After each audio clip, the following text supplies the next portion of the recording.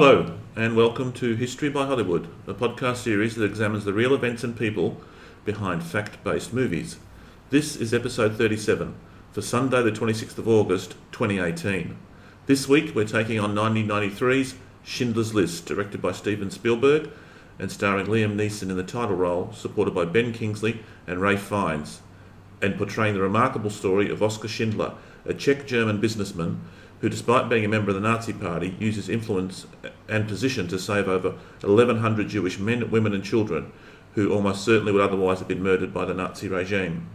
My name is Andrew Blischik, and with me as ever is Martin Darlington. Hi Martin. Hello everyone. Just a quick update. We're continually driving for improvement on the website and our production and everything. And it's become apparent that the website's episode page, which is also our homepage, is getting longer and longer. So listeners searching for the blue links at the bottom of the page to find each episode, to look at the show notes and the links to books and other interviews and stuff, increasingly will be finding it a pain. So to that end, what we're going to do is delete the episode's playing option from the episode's page and also disable comments on that page. That will bring the blue links to the top. So if you want to listen to one of the episodes directly from the website, just click the blue link. There will be a play option on that page where you will also find any links that apply to that show notes, and of course you'll be able to comment on each individual episode. Hopefully that will be make things a little bit easier. We'd also like to draw listeners' attention to two soon-to-be-released movies that we think should be right up our street. Hurricane, due for release in the next few days, tells the story of the 303 Squadron RAF, that squadron that got Martin so animated about the Battle of Britain, and was manned by the Polish pilots who became the most successful RAF squadron in the whole battle. Also due out in the next few days is Operation Finale, detailing the 1960 Israeli operation to enter Argentina, track down and snatch Nazi war criminal Adolf Eichmann, the architect of their final solution against the Jews, planning to take him back to Israel for trial. Incredibly, when you think about his previous films, including that which we're about to cover, Schindler's List, Eichmann is played by the very versatile Ben Kingsley. Yeah, that's going to be interesting. Also, in our research, we came across a fascinating and fun podcast called Best Pick Podcast. It's hosted by Tom Selinsky. Tom is an author, playwright, comedian and actor. Jessica Regan, an Irish actor. She's played a number of roles on British and Irish TV. And John Dorney, an actor and writer for both TV and stage. What they do is they examine all the movies that have won Best Motion Picture at the Oscars, and they got quite a fun way of deciding the next episode. At the end of the previous episode, they'll basically pick out of a hat the next one they're going to do. So the detail's really interesting. And all the hosts say they're happy to give their personal opinions on how much they enjoyed each movie, but they do bring a professional perspective, which for people like Andrew and I, who are, we're film fans and amateur historians, but obviously we're not movie professionals. It's really interesting. They bring out stuff that we wouldn't otherwise get. For anyone who is in or near London on Sunday the 9th of September, so a couple of weeks' time, they are hosting a live show which will include a showing of Annie Hall, the Woody Allen movie, at the King's Place in London. Starts at 4 p.m. The King's Place is hosting a podcast weekend, basically. Tickets and more information about the show can be found at www.bestpickpod.com. And we thoroughly recommend this fun and informative podcast, which has obvious crossover with HBH, but from a different perspective.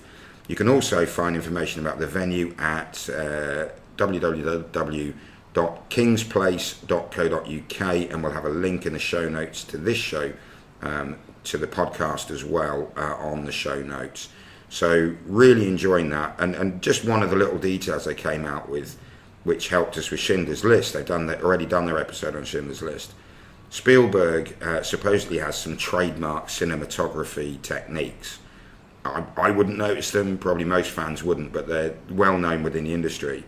And Tom said that he didn't use them. He used a lot of handheld cameras. Spielberg would set the actors up to run the scene and then record it rather than getting them to play to the camera, which is subtle, but probably is what lends the film its sort of almost documentary feel. And also, technically, it's a student film. Spielberg had dropped out of college and always regretted it, so he re-enrolled at the beginning of the 90s and was submitting work around this time. And his culmination, his end of course piece, was submitting Schindler's List. We assume he passed with honours, I'd imagine. Can you imagine if you were a fellow student that year, like, I've made this great little short and I've submitted it. No, I didn't win. Why not? Because I was up against Schindler's List. So, yeah, no, that was a lovely little thing. So thank you very much. I've been in touch with Tom. He's been very supportive of us as we are of them. So do give them a listen, and it's some fascinating stuff. Okay, next let's look at some reviews. Unholy Smokes in the UK gave us 5 stars and wrote, always informative. This is a great podcast if you like history or Hollywood. So it's double plus good if you like both. More listener feedback. So thank you very much, Unholy Smokes. Yeah, that's great. Thank you. Yeah, we had some more listener feedback. I have to thank our good friend and the Battle of Britain Polish pronunciation expert, Jules Itzak. And Jules, I reached out to Jules and asked him for a pronunciation that I will acknowledge when we get there. Forgetting, of course, that Andrew also is of Polish descent and would be able to help me with the Polish pronunciation. I'd gone to Jules for the Battle of Britain because Andrew was on holiday and therefore unavailable. So, yeah. So Jules and Andrew are in-house Polish experts. Also, we heard from our friend Gary Shavit. Gary, of course, is Israeli or American Israeli. I got a lovely email exchange with Gary. It's going to be a long episode, so I'm going to have to sort of keep this fairly short. But we do want to acknowledge the people who write in. But needless to say, Gary's been doing his homework again. Has already rewatched Schindler's List. And like myself, ended up with having to dry his eyes. Thomas Finn wrote in, suggested Reach for the Sky, and sent a link to a documentary about Douglas Bader, which we will chuck into the show notes. It's a good little... I've watched some of it before running out of time, but I'll catch up with the rest of it. It's on the long list, Tom, but interestingly, we both talked about Kenneth More, who kind of comes across as your favourite uncle, and Douglas Bader wasn't that kind of character. But Tom also mentioned Sink the Bismarck, and that is a movie that I think would be a long term. It's 1960, very powerful about the campaign First World War? Bismarck? Second World War. Oh, Second World War. Yeah, Second World War. Kenneth More plays a British admiral, but it's quite it got quite a lot of pathos for a 1960 war film. We've also got feedback from Ben Robertson, who followed up on his earlier email with a great suggestion for a movie that at least Martin wasn't aware of, 13 Days, about the Cuban Missile Crisis. I'm pretty sure I do remember that when it came out. Yeah, no, that one passed me by. It scores over 80% on Rotten Tomatoes and would take us back to the Cold War, a period we've only addressed once so far with Tom Hanks in The Bridge of Spies. Yeah, so I think 13 Days will probably go on to the shortlist. Okay. So, yeah, great suggestion. We also heard from Nick Parkinson, who suggested Anthropoid, a quite recent movie. Now, I've seen this. And it tells the same story as Operation Daybreak, which was a 76 movie telling the same story, Timothy Bottoms, Anthony Andrews and Martin Shaw. Anthropoid, the recent one, stars our old mate Cillian Murphy and Jamie Dornan, and it's about the Czech commando operation to drop in from the UK into Czechoslovakia during World War II to assassinate Reinhard Heydrich, the Nazi commander. They did in open air. Two guys ambushed him and shot him in an open air car. And that's what led to the extermination of the village of Lidice in Czechoslovakia, which is notorious and infamous. Yeah, totally. How does the film look? Worth a go? Neither of them are breathtakingly brilliant, but they do get it across quite well. So put it on the list somewhere? Yeah, that'll definitely go onto the long list. So thank you guys for all of that. Also, welcome to Christopher Allen, our latest subscriber on the YouTube channel. Sorry about the lack of video action, which is just our logo after the titles. And I'd also like to thank Ghazi Kareem, who pretty much likes every single post we put on the Facebook page. So thank you, Ghazi. Now, our intro music is from the movie itself, but at the end of the show, the outro music you're going to hear is Va Pensiero from Nabucco by Verdi. And this is a opera he wrote, which is the Hebrew slaves in Egypt, and this particular song is the slaves sending their thoughts back to Israel and their families and loved ones.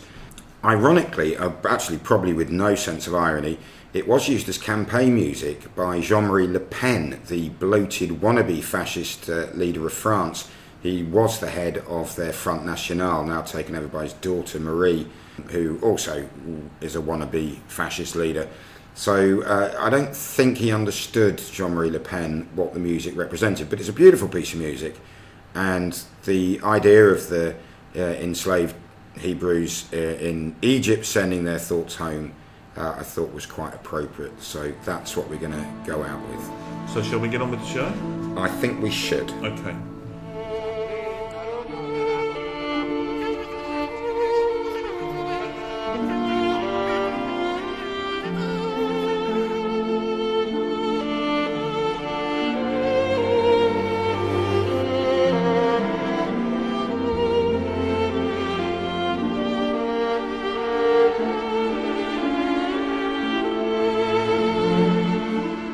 So, Schindler's List, the story of the movie. It was released in November of 1993 in the US and February of 1994 in the UK. It runs for 3 hours and 15 minutes, but let me assure you that time whizzes by. It's very entertaining. It's directed by Steven Spielberg and stars Liam Neeson in the title role of Oscar Schindler, Ben Kingsley as Itzak Stern, Schindler's accountant/clerk, and Ray Fiennes as Amon Goeth, the Plaszow labour camp commandant. Spielberg had an agreement with Universal Studios to first make Jurassic Park and then move on to the more weighty Schindler's List.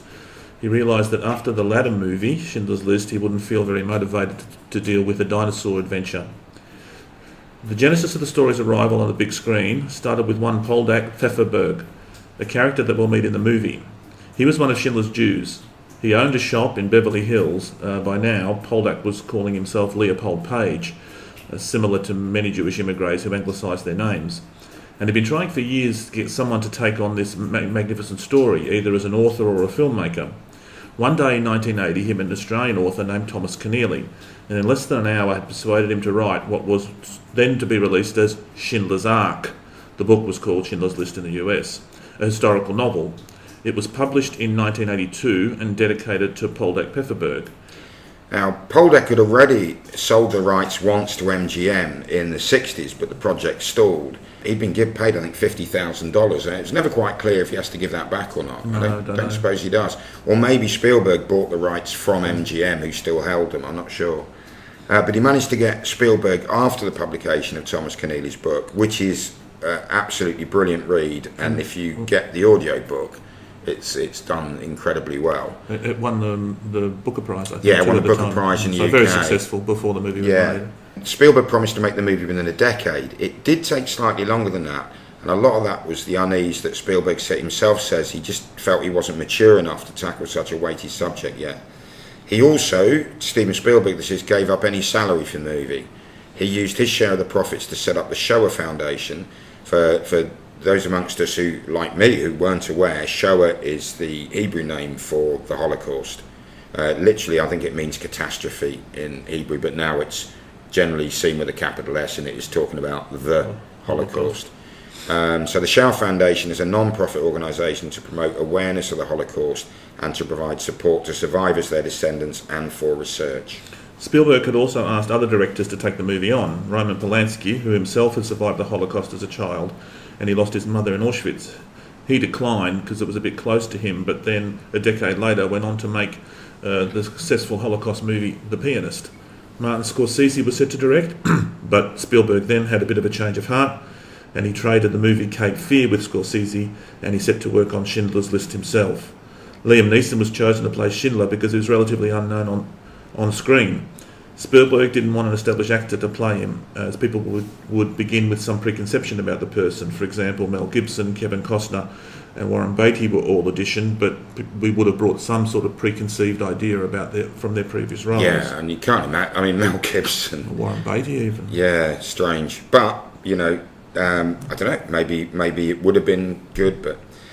So the movie was shot on location in Poland. They were allowed to film the entrance to Auschwitz, but all concerned agreed not to film inside because out of respect. I think the authorities were happy for them to film inside, but Spielberg declined. Right. The Plaszow labour camp was recreated in a rock quarry near Krakow, and they also used Schindler's real factory to shoot. Despite protests by most of the studio executives, Spielberg insisted on shooting in black and white. And he said, look, all the archive footage I've ever seen was, of course, in black and white. And he also, as we mentioned earlier, decided to forego a lot of his signature filming techniques, trying to keep it simple and clear. During filming, he was finding it so emotionally draining, because this was also a reconnection with his Jewish heritage for Steven Spielberg. He'd been brought up almost ashamed of his Jewishness simply because he grew up in an area where he was the only Jew, and he was mocked for it at school. You know, kids would throw pennies at him as if, you know, this being tight. Yeah, this money-grubbing Jewish lad. So he sort of reconnected with his heritage, which is quite an incredible journey. But he actually had Robin Williams, his friend, and the comedian Robin Williams, phone him up just to tell him jokes. And he also watched episodes of Seinfeld in the evenings to try and break the morose atmosphere that they had on set. I think the whole cast might have indulged in Seinfeld. Yeah. The movie was nominated for 12 Oscars. It won 7, including Best Picture, Best Director, Best Musical Score for John Williams, quite predictably. Neeson and Fiennes were both nominated for Best Actor and Best Supporting Actor. Despite Steven Spielberg's desire to make an honest account of the Schindler story and not focus on being a money-making blockbuster, it was indeed a money-making blockbuster. It cost a modest $22 million to make and returned a worldwide box office of $321 million. Quite the staggering profit. I've just listened to an audiobook written by Thomas Keneally called Searching for Schindler. It's available on Audible. It's absolutely brilliant. And it's narrated by Humphrey Bogart, who I think is an Australian actor. He does this soft Australian accent for Thomas Keneally, but all the speech parts of Poldek Pfefferberg are brilliantly done in this sort of Eastern European / American Jewish accent. Very entertaining. But one of the things that comes out with it is, at first Spielberg was like, well, we've got to trim this script right down.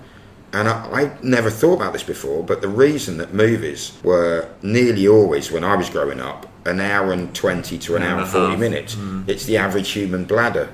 You want to get a film in before people have to go to the toilet.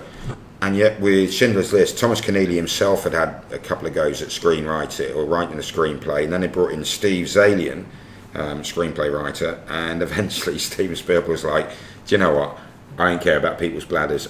He got to a stage where he said, I cannot cut any more of it out. Well, the first raw cut of everything was like a 6-hour movie, and then they cut it down to 3 hours and 15. Yeah, I don't know if there doesn't seem to be any evidence that they ever thought about maybe doing it as a two-parter, like, you know, the Krakow story and then the Czechoslovakian story, because that gets very curtailed. But I still think it's quite effectively. Oh, yeah. So the sources we used, you read Schindler's Ark, the original book. I've read Oskar Schindler, The True Story of Schindler's List, which is a 1-hour read, an abbreviated history by Anna Revell. I also read Oskar Schindler and His List, The Man, the Book, the Film, the Holocaust and its Survivors by Thomas Fench. Thomas Fench is a Canadian journalist, and he's basically edited primary source interviews, journalist articles, extracts. So it doesn't follow a chronological sequence, there's some repetition, but there's lots of little details we got out. The articles include Herbert Steinhaus, who was another Canadian journalist who was approached by some of the Schindler Juden, the Schindler's Jews as they started to call themselves in Paris, not long after the war, to help Oskar Schindler. And he spent a lot of time speaking with Itzak Stern, and he put together piles of documents, but no one was interested in publishing. What he wanted to do was a series of journalistic articles.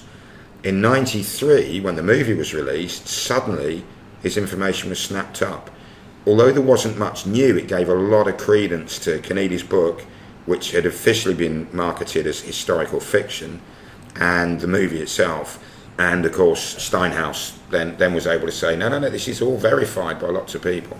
We've read a lot of online articles. There's a lot out there, isn't there? Yeah. There's a lot of YouTube videos, very helpful. But you've got to be very careful about corroborating your sources, and we'll come on to that a little bit later. So before we get into the detail of the synopsis and the reality check, let's set the scene up front. So let's set the scene before we delve into the detail of the synopsis and the reality check. Oskar Schindler was born in 1908 in Zwickau, in the Sudetenland, which was part of Czechoslovakia. Although, like many Sudeten Czechs, the Schindlers spoke German at home and considered themselves German through and through. A possibly significant element of his childhood was that many of the neighbourhood children with whom he played were Jewish, and so he would have just thought, Jewish kids are just like me. Schindler's father was a successful industrialist until the Great Depression, when he went bankrupt and had to start over again with a small factory. Oscar spent some time in the Czech army, but then left and worked for his father. He met Emily, and they were married only 6 weeks later. This led to some conflict with his father, so he moved to work for another factory as their sales manager. Schindler was quite an early entrant into the Nazi Party, and through this was sent to Krakow in Poland straight after the invasion of 1939. Some accounts claim that he was already working for the Abwehr, Germany's secret service, and he definitely used his winning nature and party credentials to gather a large number of important contracts with the Germans in Poland, both Nazi officials and with their military figures. So the synopsis, the opening scene, we see Sabbath candles being lit and the blessing recited. This scene's in colour, and the flame burns out and then smoke rises into the darkness as the scene gradually goes from colour to black and white, and the candle smoke becomes the smoke from a steam train. It's September 1939. A devastating defeat by the Nazis saw the Poles beginning to register their Jewish citizens and relocate them to major cities. We see an ordinary looking man setting up a table and begins to register Jews as they arrive by train from their abandoned homes. People crowd into the limited space at the Krakow station and announce their names to the sound of the typewriter's steady and emotionless tapping. We hear some music coming from a radio as a man pours himself a drink and picks out a suit jacket and tie. He dresses himself meticulously and grooms what will clearly be a flash evening. He gets some wads of money from several different places in his room. A small enamel pin on his lapel with the familiar Nazi swastika is prominent. Yeah, we then see a doorman bribed and a magnificent table at the centre of everything, and seated here is Oskar Schindler, played by Liam Neeson. He sits confidently and surveys the room. We don't really know who he is, but he seems to have a lot of money and he wants to get noticed. He calls a waiter over and buys a round of drinks for the most important people in the room, including a Nazi official who's there with a girl who he's obviously trying to impress. And suddenly, Oscar becomes the man to meet. Schindler watches everyone, taking the scene in, and he determines who he wants to influence or befriend. And then he turns around and buys them whatever he thinks will win their favour, whether that's a drink or even a night with a showgirl. So when they're not senselessly murdering the local population, they enjoy the finer things in life, these Nazis. An important Nazi official walks in and asks about who the man that everyone is crowding around is. The waiter proudly declares, "Why, that's Oskar Schindler. Oscar's crushing it. He's the new celebrity of the party, and he's won everyone over with his charm and his generous spending." Right, so to the reality check on those opening scenes, it's very true. As soon as the Germans occupied a new territory, they'd start to identify and round up the Jewish population, often helped by locals trying to ingratiate themselves with the new rulers. Unfortunately, that was true across Europe. The Nazis quickly developed a horribly efficient bureaucracy to deal with the ever-growing number of Jews under their control. The scene with Oscar buying attention and subsequently friends pretty much sums up his modus operandi.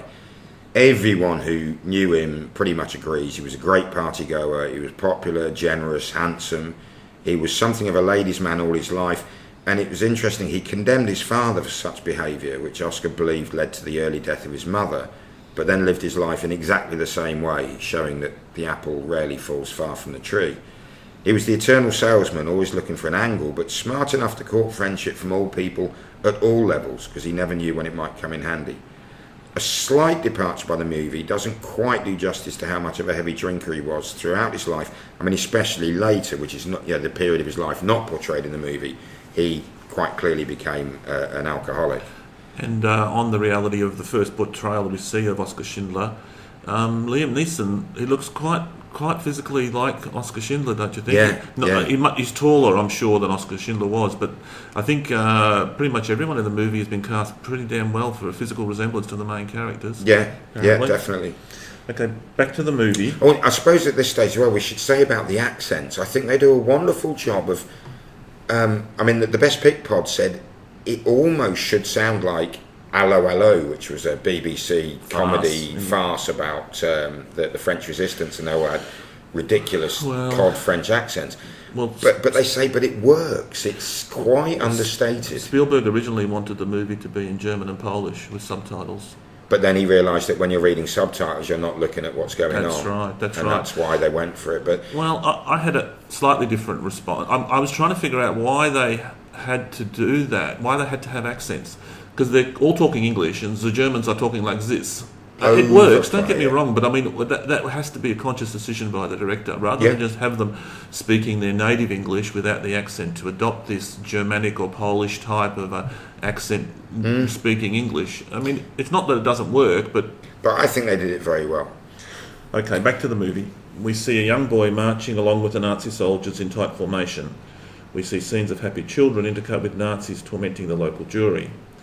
Soldiers laugh as they taunt a group of Jewish men. They remove the long side curls that they worn by these Orthodox Jewish men. They cut them off.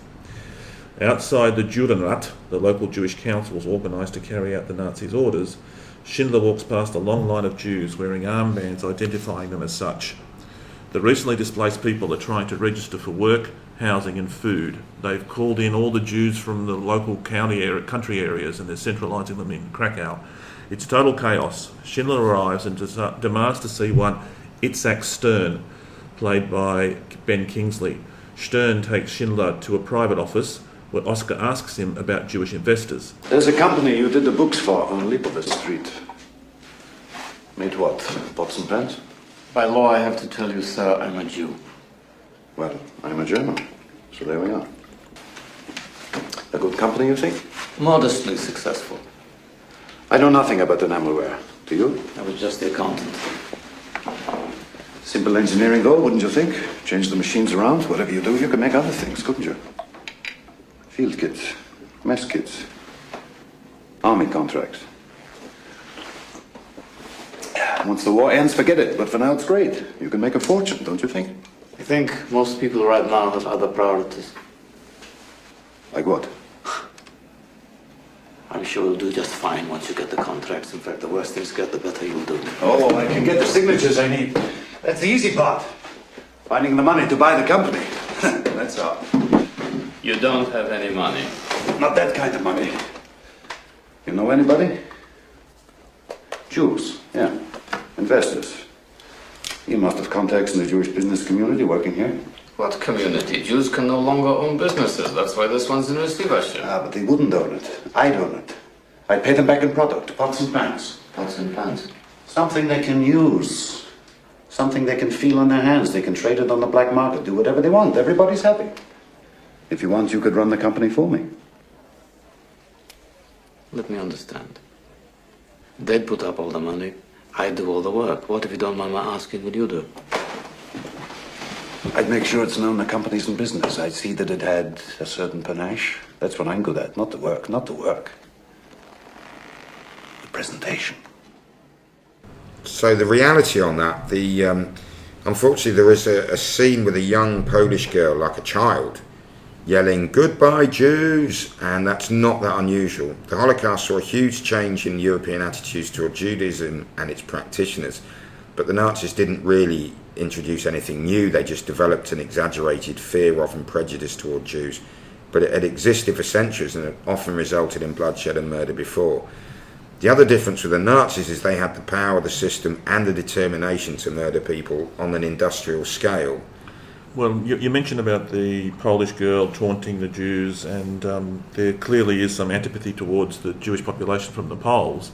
It makes me think that this film, until recently, couldn't have been, in recent months, couldn't have been shown in Poland, because the extremely conservative right-wing Polish government took some umbrage at a comment Obama took when he referred to Polish death camps, the Nazi Polish death camps. Right. And the Polish government, that suggests that the Poles were somehow complicit, and they passed a law making it illegal for anybody anywhere in the world to suggest that the Poles were somehow complicit with an aid of the Nazis.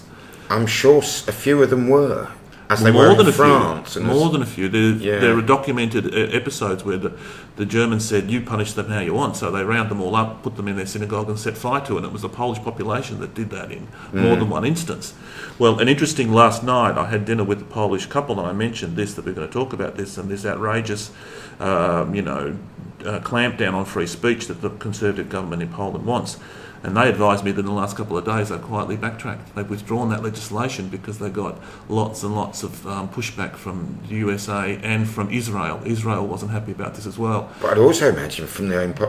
the Poles have never been pushed around very well. You think about, you had the Nazis, then you had the communist government, and they were the first Eastern European country with Solidarity and Lech Walesa, and who were kind of pushed back. But that's the image they want to portray. That we weren't complicit with the Nazis. We pushed back. We were the brave resistance, whereas clearly not all of them were. No.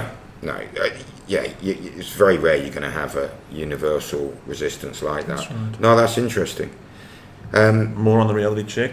Yeah, Joseph Auer was a friend of Schindler's, and he introduced him to Itzak Stern and said he could help you. Stern's role throughout the movie is to represent himself, but also two other key members of the group who, for cinematography reasons and casting reasons, weren't included. One of these was Mietek Pemper. Pemper would go on to be the secretary to Amon Goeth, the camp commandant we'll meet shortly. And the other one was Abraham Bankier, who was basically liaison to the investors. So their role has been rolled into... three people. Rolled into Itzak Stern. Yeah. And Steven Spielberg, quite openly says that and sort of has apologised to Bankier and Pemper's families. But Itzak Stern was certainly very wary at first of this large, loud, cheerful man who came from across the Czech border wearing a Nazi Party badge. There was no way that Stern was ever going to trust him at this stage. But I do like that, the line in the clip we heard where he says, so let me understand, I do the work, the Jewish friends of mine do the investment, what is it you do? But I think Oskar Schindler was quite right. He said, no, I don't do the technical stuff. I get the contracts in, but I make it legal because I will be the front man. Okay, back to the movie. We see a young Jewish man walking along the street, and he gazes at some eugenic posters in a local shop describing the smaller head and inferior brain size of Jews. He walks into a Catholic church where some black market trading is going on. When Schindler walks in, the Jewish traders scatter. Schindler's just looking for a business connection, but the Jewish traders are too frightened to deal with the man with the Nazi pin on his lapel. The young Jewish man leans in and accepts the task of trading with this representative of the enemy. And we've just met Poldek Pfefferberg, played by Jonathan Segal, who will become a crucial player in the movie as we proceed. The reality bit on that is the young man we see entering, as we just said, Poldek Pfefferberg. He is the chap who later in life would own a leatherware goods shop in Beverly Hills, and he met Thomas Keneally and persuaded him to write the book. Poldek had been a lieutenant in the Polish army. After capture, he'd gone west, back to Krakow, where he managed to slip away and join his family amongst the Jewish ghetto dwellers. Another young man in the church, wearing glasses and a big head of curly hair, we meet, and Poldek's chatting with him, appears to be a friend, is Marcel Goldberg, who will also become a key figure. Now, in reality... Yeah, this scene threw me when I was watching it in the book, because in the book, there's a different meeting with Poldek Pfefferberg. Yeah, he already knew him, didn't he? He probably would have known him by now, because when Oskar Schindler first takes over the Jewish apartment that he commandeers, he wants to get a decorator more to his style, so he finds a Jewish decorator who is Poldek's mother. Misha Pfefferberg. That's right. So when I see this strange scene, suddenly there's Jewish people, and they're in a Catholic church, and this Nazi guy appears, and it took me a long time to figure out what was going on. But Poldek himself has said, we didn't do black market trading in a Catholic church, and he said he found it a bit of a strange place. Why Poldek Pfefferberg was interesting to Schindler was, I think he had day passes and could leave the ghetto for various reasons, and he would have used the day pass, gone into Krakow proper, and that's where these Jewish black marketeers would have done their business, according to the movie. It was a bit of So back to the movie, and a caption tells us this is now March 1941. Crowds of Jews are entering the walled ghetto where they've been forced to relocate under Edict 44/91. Amongst the crowd is the young man, Poldek, who Schindler's just been started to do business. We see Nazi officials watch over wealthy Jewish families as they pack only what they can carry. The German and Polish elite will take ownership of their homes, fully furnished and free of charge, as the people push carts piled with their belongings. And again, we have Polish residents watching them go, and some shouting nasty goodbyes to people they can't wait to be rid of. Schindler enjoys settling into his new apartment as its former Jewish owners, a rich couple with children, settle into a single room in a filthy hovel in the ghetto, crammed in with several other displaced families. There's quite a poignant scene, isn't there, where Oskar Schindler lies back on his bed and goes, "It couldn't be better." And then cut to the ghetto, and the eight woman families saying, in one room or something. she says it could be worse, and the husband throws his bags down and goes, "How could it possibly be worse?" And of course we know, unfortunately, it is going to get worse. And in reality, the redistribution of Jewish wealth, most of it into German government coffers, but also large quantities were diverted into the pockets and bank accounts of corrupt soldiers and officials. This happened across Europe. So back to the movie, we get our first glimpse of the Jüdische Organisationdienst, the Jewish police who carry out the Germans' orders to control order within the ghetto. Stern takes some Jewish businessmen to meet Oskar. Oskar offers to set up a factory with their money, refusing to pay the Jewish workers or the investors, but offering to trade goods in exchange. The pots and pans that he'll be manufacturing will be what he pays the Jewish investors. The Jewish investors aren't happy about being cheated out of their money, but Oskar knows that he doesn't have to play fair with the Jews. He tells them what are you going to do with money inside the ghetto. The deal gets done, but when Oskar offers Stern a drink to celebrate, Stern refuses. The reality is that the factory Schindler bought had been abandoned for some years, so he bought it from a bankruptcy court, not directly from the Jewish businessman, but it is true that a large proportion of his money came from the Jewish investors who were aware they're likely to lose their money soon anyway. And one of these men was the businessman and investor Abraham Bankier, and this is who we mentioned earlier. He doesn't appear in the film, but some of his story is represented by the character of Itzak Stern. Right. More of Abraham later, but he was very much part of Schindler's inner circle for the rest of the war. Okay. So back to the movie, we see the plant get up and running. Stern discusses the business of slavery with Schindler, who talks about the price of human labour like he's talking about a box of merchandise. We see Jewish people funneling into the ghetto, getting work papers from Stern as he secures the relative safety of work for Jews who would have otherwise been shipped off to the extermination camps. We see the plant coming together as Jewish historians, musicians and teachers get trained and reinvent themselves as metal and enamel workers. Oskar interviews Jewish women for his secretarial needs. He fawns over one beautiful woman after another, but then is bored when a large, beautiful and efficient woman is interviewed for the job. Yeah, she's typing incredibly fast, isn't it? And he's just like staring at the wall. And every other candidate, he's staring at them very intently. It's a humorous scene, and sort of perhaps the only one in the whole movie. Oskar then hires Poldek Pfefferberg, who now basically just works directly for Oskar, to buy luxury items on the black market with which he can shower the German officers who will receive these gift baskets at the same time as they receive the contract tender that he puts in, obviously trying to persuade him. We've got a little clip here. This is Oskar giving Poldek his shopping list. Boxed teas are good, coffee, pate, kielbasa sausage, cheeses, beluga, caviar. Yes. And of course, who could live without German cigarettes? Getting as many as you can find. And some more fresh fruit. The real rarities, oranges, lemons, pineapples. I need several boxes of Cuban cigars, the best. And dark unsweetened chocolate, not in the shape of ladyfingers. The chunk chocolate, big as my hand. You sample at wine tastings. We're going to need lots of cognac, the best. Hennessy. Dom Perignon champagne. Get Les Ballons sardines. And, just try to find nylon stockings. So as a result of Oscar's very well-directed largesse, his business is thriving. Again, he tries to celebrate the success with Stern, who seems disgusted by the idea. And Schindler actually shouts at him. He says, at least pretend to have a drink to the success. So he dutifully raises and then lowers his glass of cognac, but he doesn't drink a drop. Okay, let's do the reality check. Schindler improved a master at spreading gifts and bribes in just the right quantity to just the right people to get whatever he wanted done. The day-to-day running of the factory he did leave to Stern, Bankier and Pemper and their team, but he was their protective umbrella. The scene of Oscar interviewing young ladies for office work pretty much sums him up. He wasn't as bothered about competence as he was about beauty. Okay, back to the movie, and we see a beautiful woman in a nightgown answer the door, and you hear Oscar's voice saying, "Who is it?" Whoops, it's his wife. So his mistress has opened the door to his wife. Yeah. Oscar tries to casually brush away his indiscretion, and then we see him leave home dressed to kill. So they're going out for a nice dinner. Dorman greets the lady, and Oscar corrects the informality. He said, "No, this isn't just one of my friends. This is my wife, Emily, and she's played by Caroline Goodall." During an intimate evening and an elegant dinner, we learn a bit more about Oscar. He sees himself as quite the master of the universe. He's going on about his amazing success. But then he says he realises why he hadn't been successful before, and we've just got a clip. There was always something missing.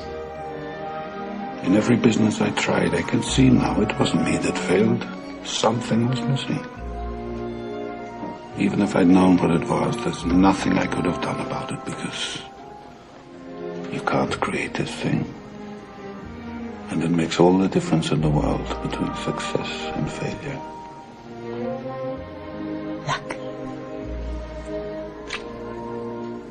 War.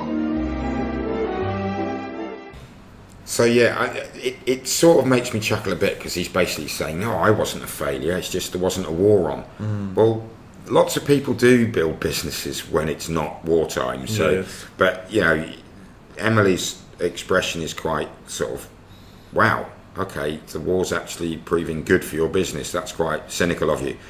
Then they talk about his indiscretions, and she says, "Look, if you stay faithful to me, then I'll stay here with you in Krakow rather than return home to the Sudetenland." And the next scene is her leaving on a train. So there's no suggestion she's leaving him in a marital sense, but she's like, "I don't want to live here and watch you, So carousing." What's the relationship? What's the truth about their relationship? Yeah. Several observers have criticised the movie for sanitising it or even sanctifying Schindler, but there are many scenes that show him to be the self-centred, financially ambitious hedonist that he clearly was at this stage in his life. Emily, his wife, a steady girl from a good Catholic family, would argue with Oscar about his affairs, but she did once say in an interview that she wasn't really jealous. Quote, "If he'd had one mistress, well then I would be jealous, but he had hundreds," unquote. Wow. And the scene when Emily guesses that he is attributing his turn of fortune to luck, only to hear him say, "No, it's the war," may not be strictly accurate, but he does seem to have grasped that profits can always be made in a time of war, as a country's needs change and become more urgent. Emily would go home for a while longer before joining Oscar again, although earlier than what was shown in the movie. She does reappear later in the movie, but she was more of a player in his actions towards the Jews than the film suggests. Yeah, definitely. She was far more involved, and especially, as we said earlier, that the majority of the film concentrates on the Polish operation that he was running, and there's less about the Czech factory. Well, actually, in time and in progress, it was far more 50-50, and she was heavily involved in that side of it.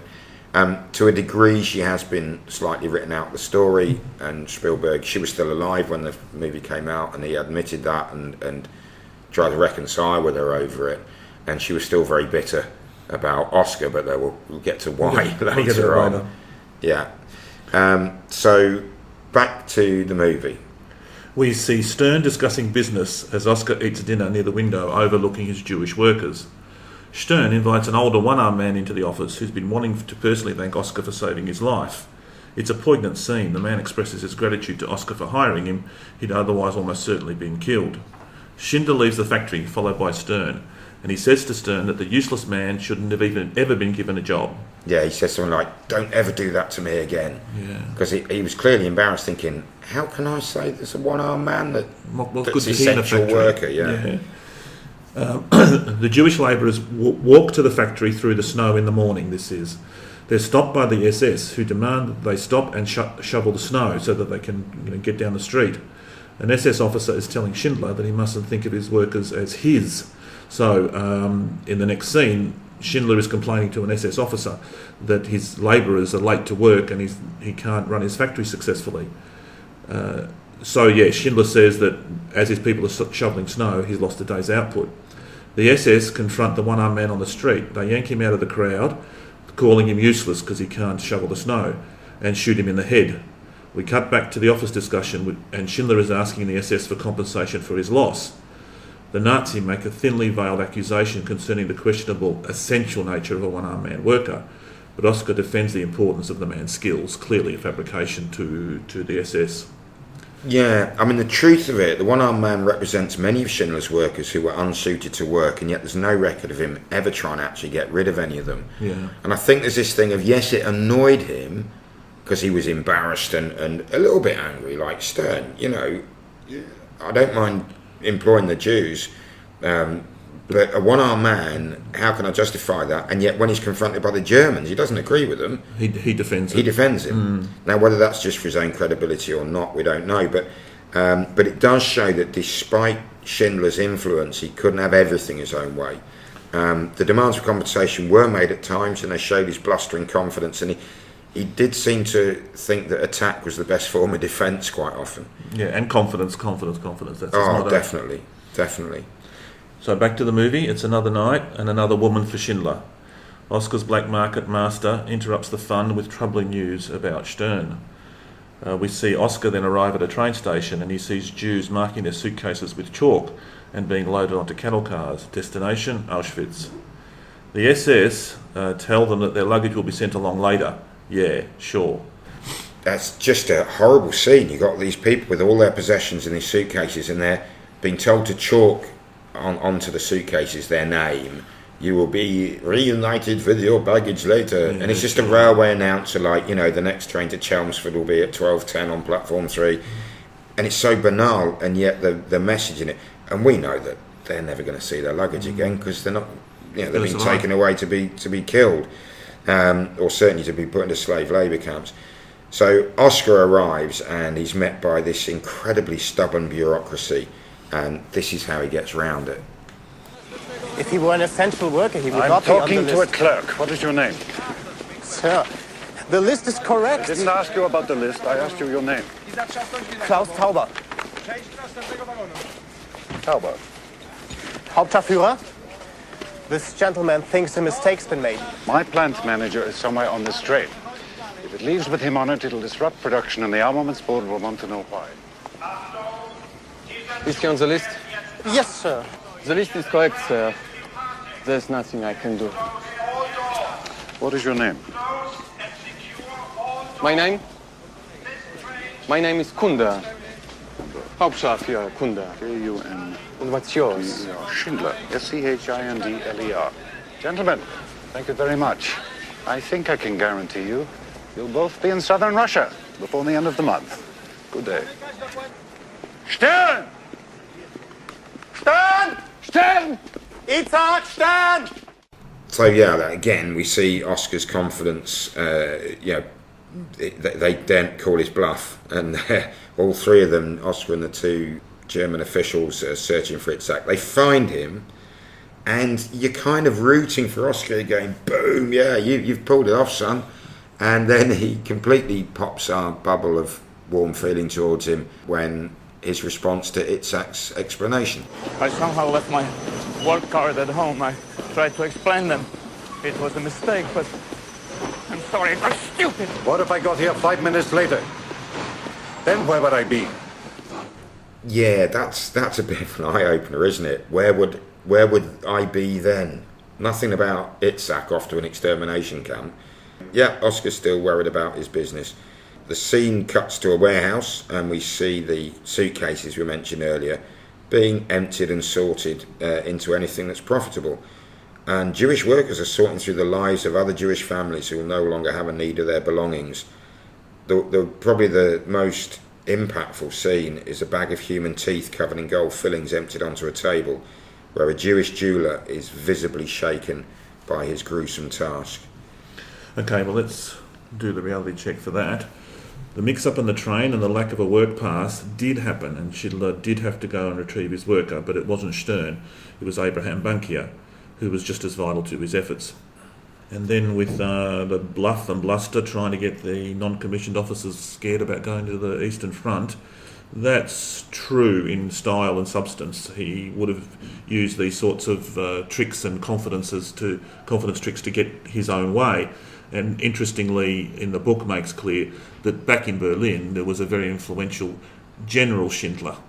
Who's no relation at all. But Oscar wouldn't have let people know that. That's right, he would have dropped that name very quickly. And he did have correspondences with General Schindler too.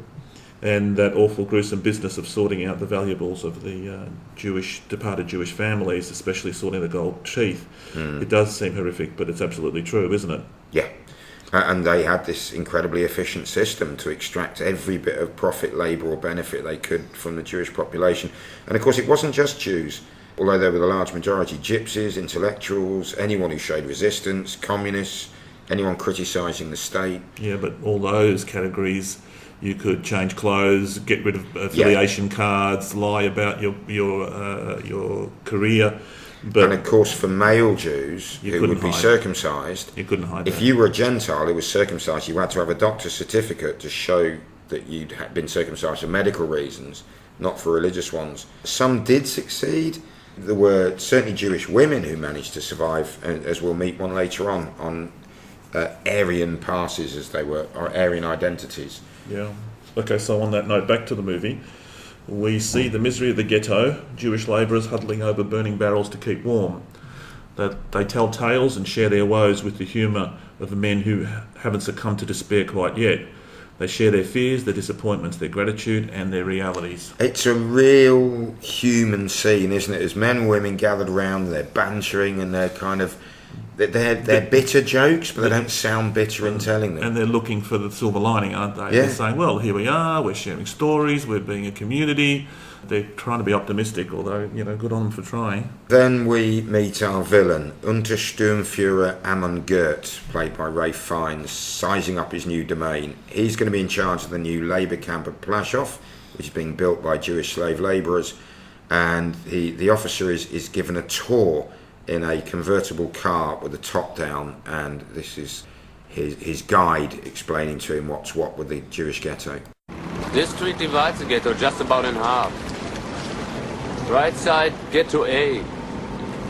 Civil employees, industrial workers and so on.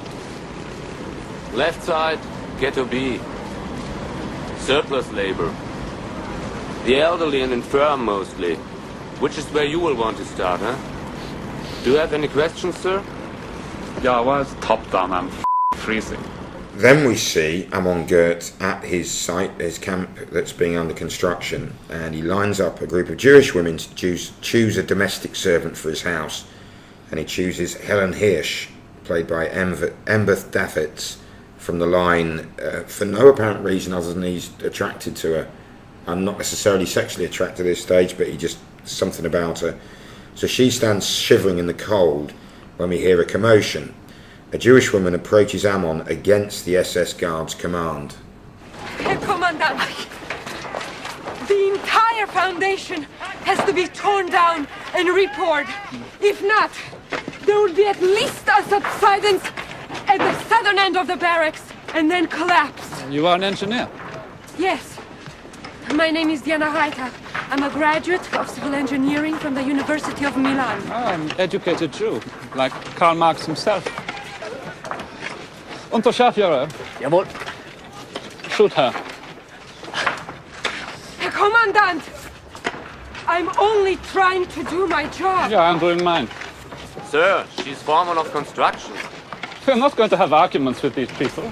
There's no need to play it, but the female engineer is shot on the spot. And then he gives the order she'd given. She said, well, go on then, do what she said, pull it down. Rebuild it. But it's just chilling. It's like, it's not that she was giving bad advice or trying to sabotage anything. I'm not going to argue with these people. And we see poor Helen Hirsch stood alone and absolutely terrified. She's just been selected to be his domestic servant, and she's just seen what she's in for in some way. Yeah, so, Amon Goeth, he just seems to...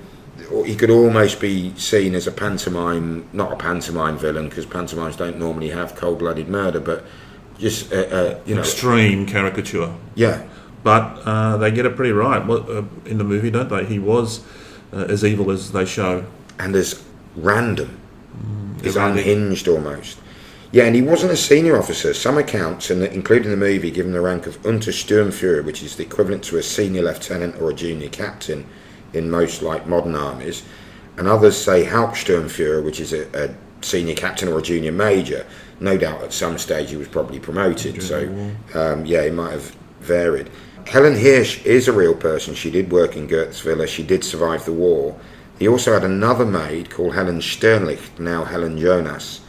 Now, the latter has appeared in a documentary film called Inheritance, which she is shown. They go back to the Plaszow camp, what remains, Goeth's house, and they're interviewed. And she's a very elegant, very self-contained lady, but when they go back to the house, she's in tears. But interestingly, the lady accompanying her is Amon Goeth's daughter, Monika Hertwig, and she found out who her father was in adult life and has had to deal with that. Two women get to know each other and provide some comfort to each other, but it's very, very powerful. But Helen Jonas says, he asked her, Helen Hirsch was already in his employ, and he said to Helen Jonas, "What's your name?" She said, "Helen." He said, "No, I've already got Helen. Your name's Susanna." She said, it wasn't a middle name, it wasn't anything to do. He just randomly gave her a different name. He said, "No, I don't want two Helens, I've already got one of those."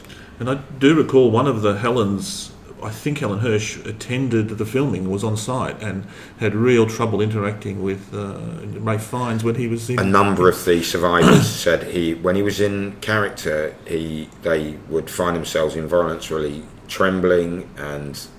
Because he nailed finding it really, really difficult. Because he portrayed it so accurately physically and emotionally. Okay, back to the movie. We see Schindler getting dressed for yet another party, while in another scene, Goethe explains to his camp troops the incredible service the Nazis are providing to the world by exterminating the Jews of Europe. They're making history. His speech continues and the scene changes to show Jewish families in their small hovels in the ghetto, also getting dressed. Goethe is coming for them. The ghetto is going to be liquidated and everybody removed and sent to camps.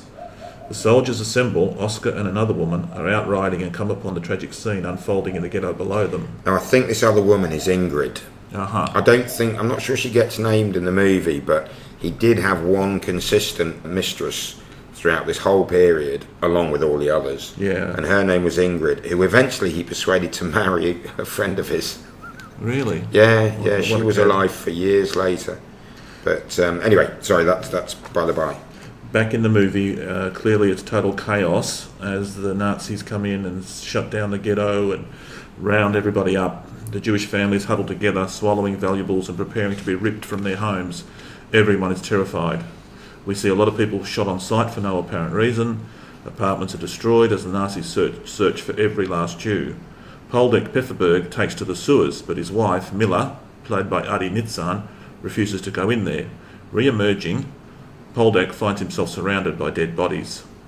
We cut to the ghetto hospital. We see a doctor euthanizing his patients before the Nazi soldiers arrive because they're going to ensure that these guys have a painful death, so the doctor euthanizes them first.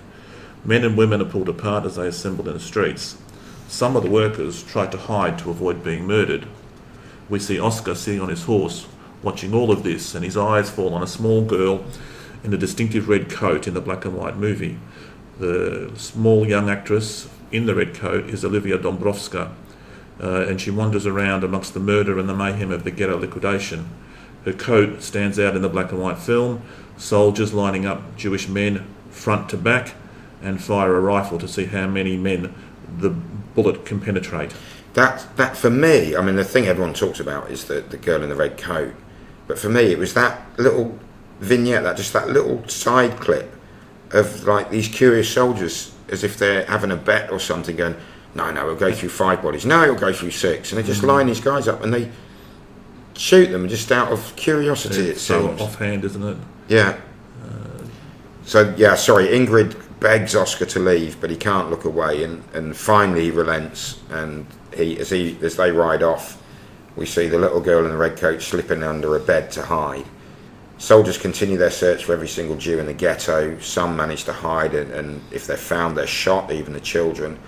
And the soundtrack to this is feverish piano music being played by an SS officer who's just found a piano, and he's obviously a very accomplished pianist. Two of his men argue, is that Bach? No, it's Mozart. No, it's Bach. And then we cut to the factory, Oscar's factory and it's empty because there are no Jews there to work. Okay, so let's do a reality check on that. Goeth has just arrived. It seems within a day or two he's decided to shut down the ghetto and have all the Jews exterminated. How did they do with the reality of that? Yeah, I mean, it wasn't a complete wholesale extermination. It was what they called a health action, apparently, which was clearing the ghetto, getting everyone out, and anyone who resisted or was clearly infirm got murdered on the spot. But the rest of them would then be collected and sorted so only people who could do valuable work were retained. Everyone else was either sent off to the camps or killed on the spot. The accuracy of the scene where Oscar and his mistress look down on the clearings has been disputed. Yes. Schindler himself would tell varying versions at different times of his life. This is a bit of a recurring theme. But even if it's a cinematic device, it's very effective. But there is evidence that he knew this was coming, because his workers were actually told the day before, don't go home tonight. Stay in the factory. And that's the account that's in Keneally's book, that he knew beforehand. He was a Nazi official after all, and he told the factory workers not to go home that night. The girl in the red coat is another contentious point. There are several different versions. The one reported by Thomas Keneally in the original book is that she was called Genia Schittel, and she survived this clearance but was killed in the final clearance in March 1943. At the trial of Adolf Eichmann in Israel years later, a Dr. Martin Foldy, who'd survived Auschwitz, told how his wife and daughter, who was resplendent in her newly bought red coat, were taken to one queue. Dr. Martin and his son were in another. His son was then sent to join the mother and daughter, and Dr. Martin was thinking, well, how's he going to find him? He thought, oh, of course, he'll see his sister's red coat. And he thought they'd be safer with them. He never saw any of them again. And so he believes it was memories of his daughter being shown in the movie. Then a Holocaust survivor called Roma Ligotska was invited to attend the world premiere of Schindler's List by the mayor of Krakow, along with many other survivors. Watching the movie, she was shocked by the splash of red and realised she was seeing herself on screen. Roma would survive the war with her mother, pretending they were both good Roman Catholics, and then she wrote an account of her experiences called The Girl in the Red Coat, and she's met Steven Spielberg. She's now an artist living in Germany, or she was at the time of the film being made. She's given several interviews, and she gives probably the definitive summary of the true identity of the girl in the film when she says, maybe I was not the only girl in the ghetto with a red coat. Good point. Interestingly, the young girl who played the part in the film is called, as you said, Olivia Dabrowska. She was 3 or 4 at the time. Yeah. Spielberg made her promise not to watch the film until she was 18. She broke that promise, watched it at 11, and predictably was quite traumatised by the experience, although now in adulthood she's quite proud of having been part of such a powerful movie, although she's training to be a publisher, not an actress. I think let's divert onto the question of how could they. And this is a question I remember asking myself when I first saw the movie, and earlier watching the series World at War on BBC as a teenager, and they got to the liberation of death camps. You think, well, how could the Germans do this? By the time in the movie, I'd spent several years stationed in Germany, and there were subtle cultural differences between us, but they just seemed perfectly normal Europeans. So I found it very difficult to reconcile my experience of Germany and Germans with what I knew had happened only a few decades before. Now, we used to have lectures in the army every year. You had the army in the contemporary world, and it would lead into a debate. And during one of these, Schindler's List came up, which had recently been released. Nearly everyone in there had seen it. So you've got officers and NCOs, and we just basically have a talk about current affairs. And the padre, or it might have been a major or a colonel leading the debate, said, you know, the question you'll all be asking yourself is, how could a civilised cultured people like the Germans have done this? And my incredibly young troop lieutenant replied without invitation. He piped up, and anyone who understands how the army bureaucracy and infrastructure works, lieutenants don't contradict colonels, not if they want to get anywhere other than remain a lieutenant for the rest of their careers. Even in supposedly open discussion, you know, free ranging? Depends on the colonel. Right. I've known some who would have welcomed it. No, it wasn't the colonel, because he would have done it. I can't remember who it was. Anyway, that's irrelevant. But Lieutenant Andy, and I can't remember his surname, he said, I don't think it is a question. How could they have done this? Yeah, how could they have done it? He said it's a statement and a warning. He says that it's entirely possible for a civilised cultural society to commit this sort of thing if they're manipulated in just the right way in the right set of circumstances. The demonisation of a group blamed for all their woes, the reward and praise to violent behaviour towards that group, but before you know it, you're all complicit. Those who don't go willingly can be kept in step by fear, which is pretty much exactly how it worked in Germany.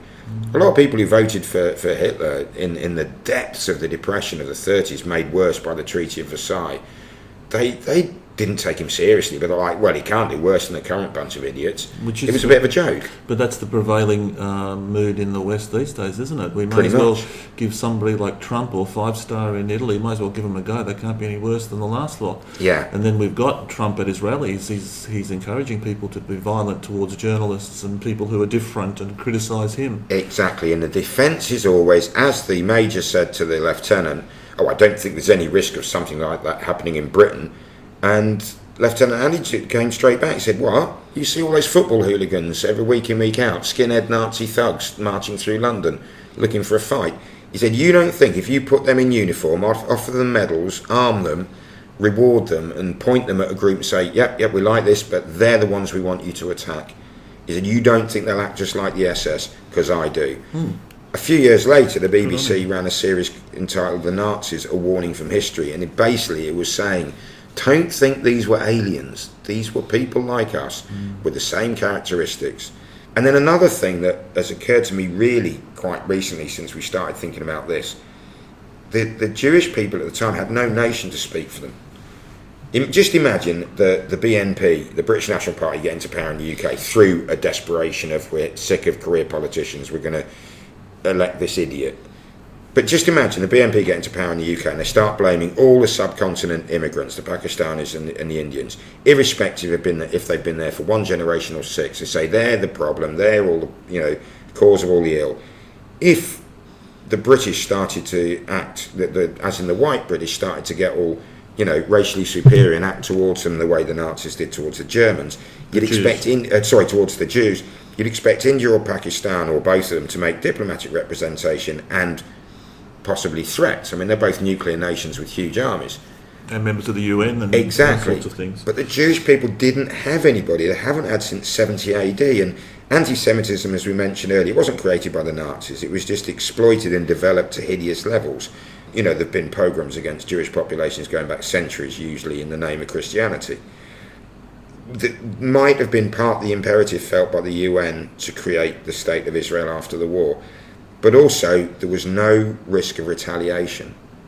You treat POWs well. Obviously, often there are many cases where people don't, but generally, the Napoleonic Wars, we captured Frenchmen and we treat them reasonably well, because if we don't, then if we kill them, they might kill the Englishmen and they've got captured. There's no such leverage with the Jews in Germany. They had no comeback. Have you been to the memorial of the 6 million Jews in Berlin in recent years? No. I've been to Belsen camp, which is all that's left are some very well maintained mounds with saying 800 here, 1600 here, 1100 here, and there's a museum, but there's nothing left of the camp. I've been to Auschwitz a long time ago. No, Auschwitz was in the east there in the army, and I've not been, and that's very well preserved. That's in Poland, in the east. Sorry, yes, of course, in Poland. Well, the memorial to the 6 million Jews in Berlin is a modern museum, a collection of memorials, I should say. It includes physical things, includes rooms, information. There's one amazing room with white walls, and it's got the country and the number of Jews who died in the Second World War at the hands of the Nazis, and they're different font sizes depending on the size. So you've got Hungary, I can't remember, 300,000. You've got Poland, 3 million in big letters, and over in one corner you've got Germany.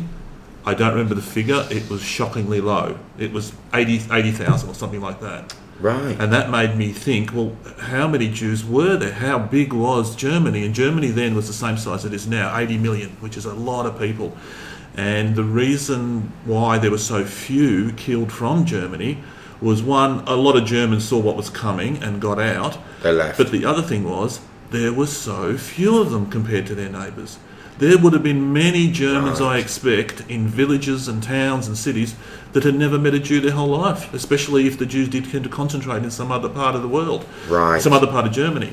So I guess the evil genius of Hitler was even more, disappointingly impressive, because he managed to demonise a people that were possibly very unknown to the great bulk of the German people. Yeah. Amazing. Wow. So we went off on a side route. Sidebar for sure. Yeah, but I think it was worth doing. So back to the movie, and we see Amon Goeth waking up in his villa, and he hears the roll being called of the assembled Jewish prisoners, so he wanders out onto his balcony. As they gather for roll call, he's bored, he's smoking a cigarette, and he picks up a target rifle. He looks through the sight, and he just shoots a prisoner. And then his female companion, who, interestingly, I think is the woman who would go on to be the mother of Monica Hedwig, who we see in the Inheritance documentary. But she chides him, not for killing people, but for waking her up. Goeth shoots another woman, and then prisoners sort of hustle a bit more, and he seems satisfied. And he teases his girlfriend by aiming his rifle at her, and he clearly is demented. Again, the reality. It's spot on. He did use prisoners as target practice. It might seem like a straight out of Hollywood, but it does show that he is a heartless monster. He did randomly shoot people for various reasons. Ostensibly in the film, he's shooting people that are walking too slowly, malingering, aren't hustling fast enough for him, and when they do all panic and run around and flee, he does stop shooting them. So, but he was a sadist, and he would randomly kill people to terrify the Jewish workforce. Yeah. Back to the movie, we see Oscar in his car, and he notices Jewish prisoners are pulling down tombstones in a Jewish cemetery. And as the camera pulls back, we see the road to the new camp is being paved with these tombstones. It's horrible. You see that road a few times. Yeah, you do. And you think it's ultimate demeaning, isn't it? Even of the dead Jews now. But Schindler arrives at Goeth's place where he's having a lavish dinner party. The men are discussing politics, and Oscar's clearly bothered by the conversation. He makes a passive-aggressive comment about the tailor who made his suit and begins to reveal the purpose of his visit, which is basically to set up a deal with Goeth. And later on, they're able to sit down together and have a chat. And Oscar reveals his concerns. He says he's upset. His workers are gone. He demands a return of his Jews from Goeth's camp. And then you have this horribly slimy comment, which unfortunately I couldn't find a clip of Goeth saying, "My friend tells me that you are a man who understands the word gratitude. It's not just an abstract concept to you. It's basically, give me some money, bribe me. I'll do what you want." And Oscar makes a deal where his Jews will come back to work at his factory under heavy guard. But Goeth doesn't return all the Jewish workers. He says he's going to keep Itzak Stern to keep track of Schindler's end of the business arrangement. So, the reality on that bit, Goeth was very corrupt. He was investigated a number of times by Nazi officials for possible embezzlement and was eventually arrested and charged for the crime. He and Schindler, both born in the same year, similar appetites. They seem to have bonded, although you'd hope on Schindler's part that was just a ploy to use Goeth. And a few people who knew them both said they were very similar, except for the very clear difference that Schindler just saw everybody as human. So I don't like everybody, but I dislike people and like people on an individual basis on how they act. And that scene about Itzak Stern being kept on as Goeth's assistant accountant as some sort of leverage against Schindler, that's another example of the Stern character representing more than one person. It was actually Mietek Pemper who worked directly for Goeth in fear of his life pretty much every day, but was able and willing to pass information to Schindler and Stern. That's not in the book either, the fact that I don't think that the Stern character was held back into the camp. I think he worked in the factory every single day as the person running it on a day-to-day basis. Oscar and Goeth have done their deal. They're covered in champagne and women. The best the SS and Oscar's money have to offer. Music play and life is sweet. But Oscar's worked out a way to have a private chat with Stern, and they do sort of covertly meet. And in reality, again, as you said, this would have been Mietek Pemper. But they discuss the payoff schedule and other business that Oscar now has to be in charge of. Oscar sneaks some food in, but Stern admonishes him. He says, "You just worry about the business." Oscar's a bit lost. He's like, I don't know what to do. Yeah, like, you've got to do this and do that. Stern's telling him who to bribe on which days of the week and all this stuff. And he says, there's a book in my left drawer or something and like that. And it's got all the birthdays of the Nazi officials' children. So you send the children some chocolate or something. And Schindler's trying to do all this. He's trying to take notes, but he gives up. It's all too hard, doesn't he? Yeah. Then we have there's quite a horrible scene. Goeth goes on an inspection duty for his metalwork factory. Now, this isn't Oscar's factory. No. This is a separate factory set up within the camp. And he demands a prisoner, who's a rabbi, makes him a hinge. And he times how long it takes him to make it. And he says, oh, that's very impressive. It's 1 minute, 20 seconds or something. He says, but I'm confused. You've been on duty since this time this morning, yet such a small box. So he just takes him outside to shoot him. But the pistol misfires. The Jewish prisoner's trying to say, look, the machines weren't working that morning. I've only just started working on the hinges.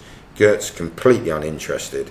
And he pulls out a second gun. He gets a second gun, or one of his NCOs gives him a gun.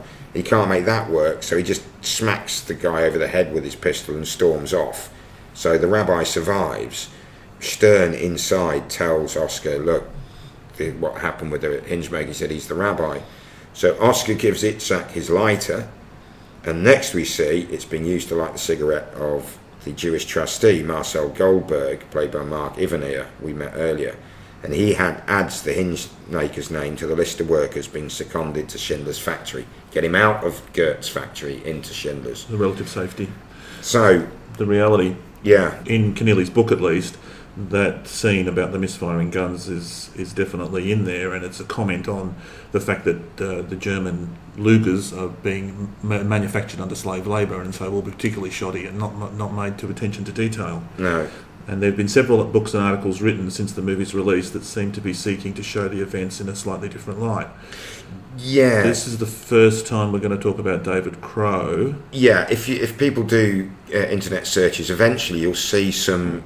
and they do sort of draw your eye. It's like, oh, hang on, Schindler wasn't a hero they said he was. This didn't the revisionists. And then you read into it and you think, hang on. And most of them will lead to this guy, David M. Crowe, who repeatedly appears during searches, trying to assert that he says Schindler didn't write the list. That was written by corrupt Jewish trustee Marcel Goldberg.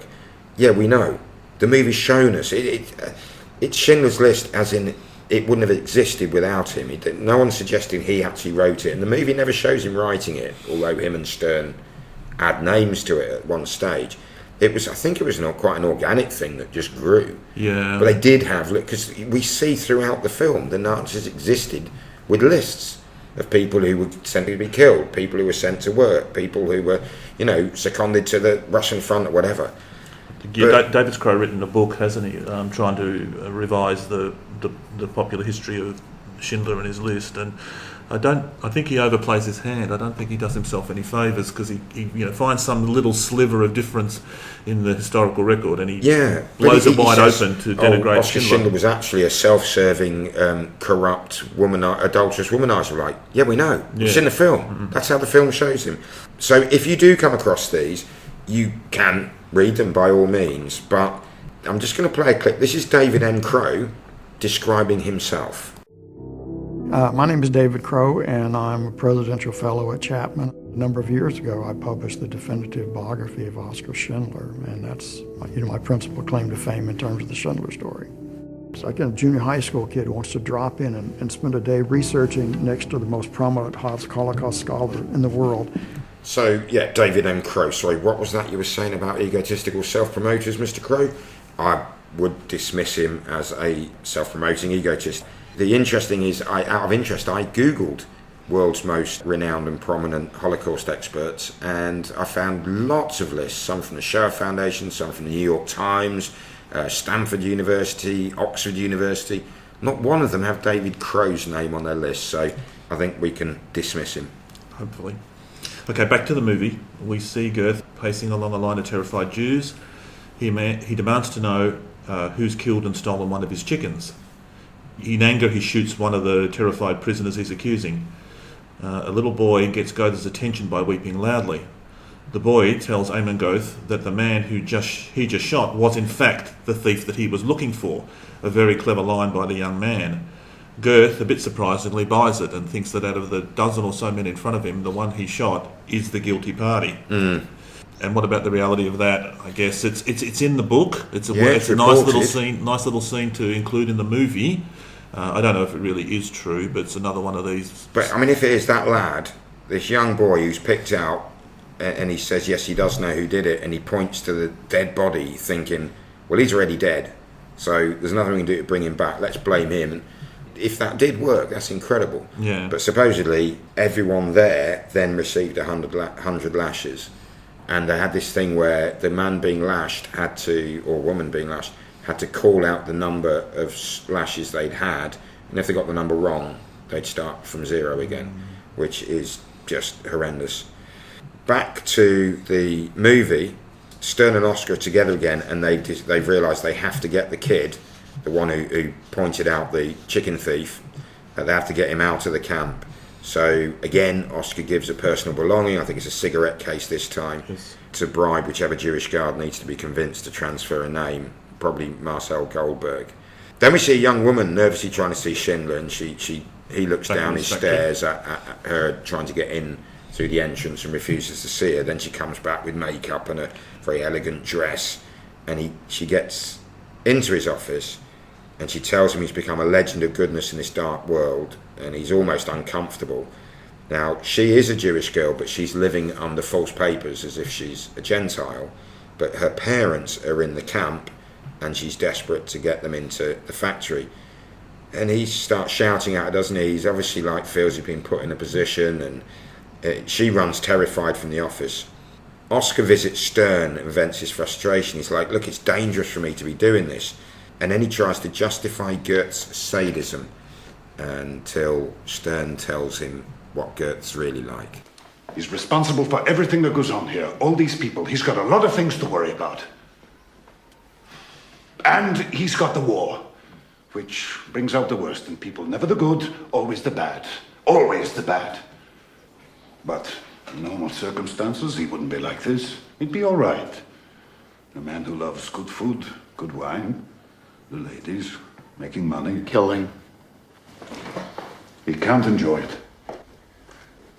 Bayevsky told me the other day somebody escaped from a work detail outside the wire. Goeth had lined up everybody from the missing command's barracks. He shot the man to the left of Bayevsky, the man to the right of him. He walked down the line shooting every other man with a pistol. 25. What do you want me to do about it? Nothing. It's just talking.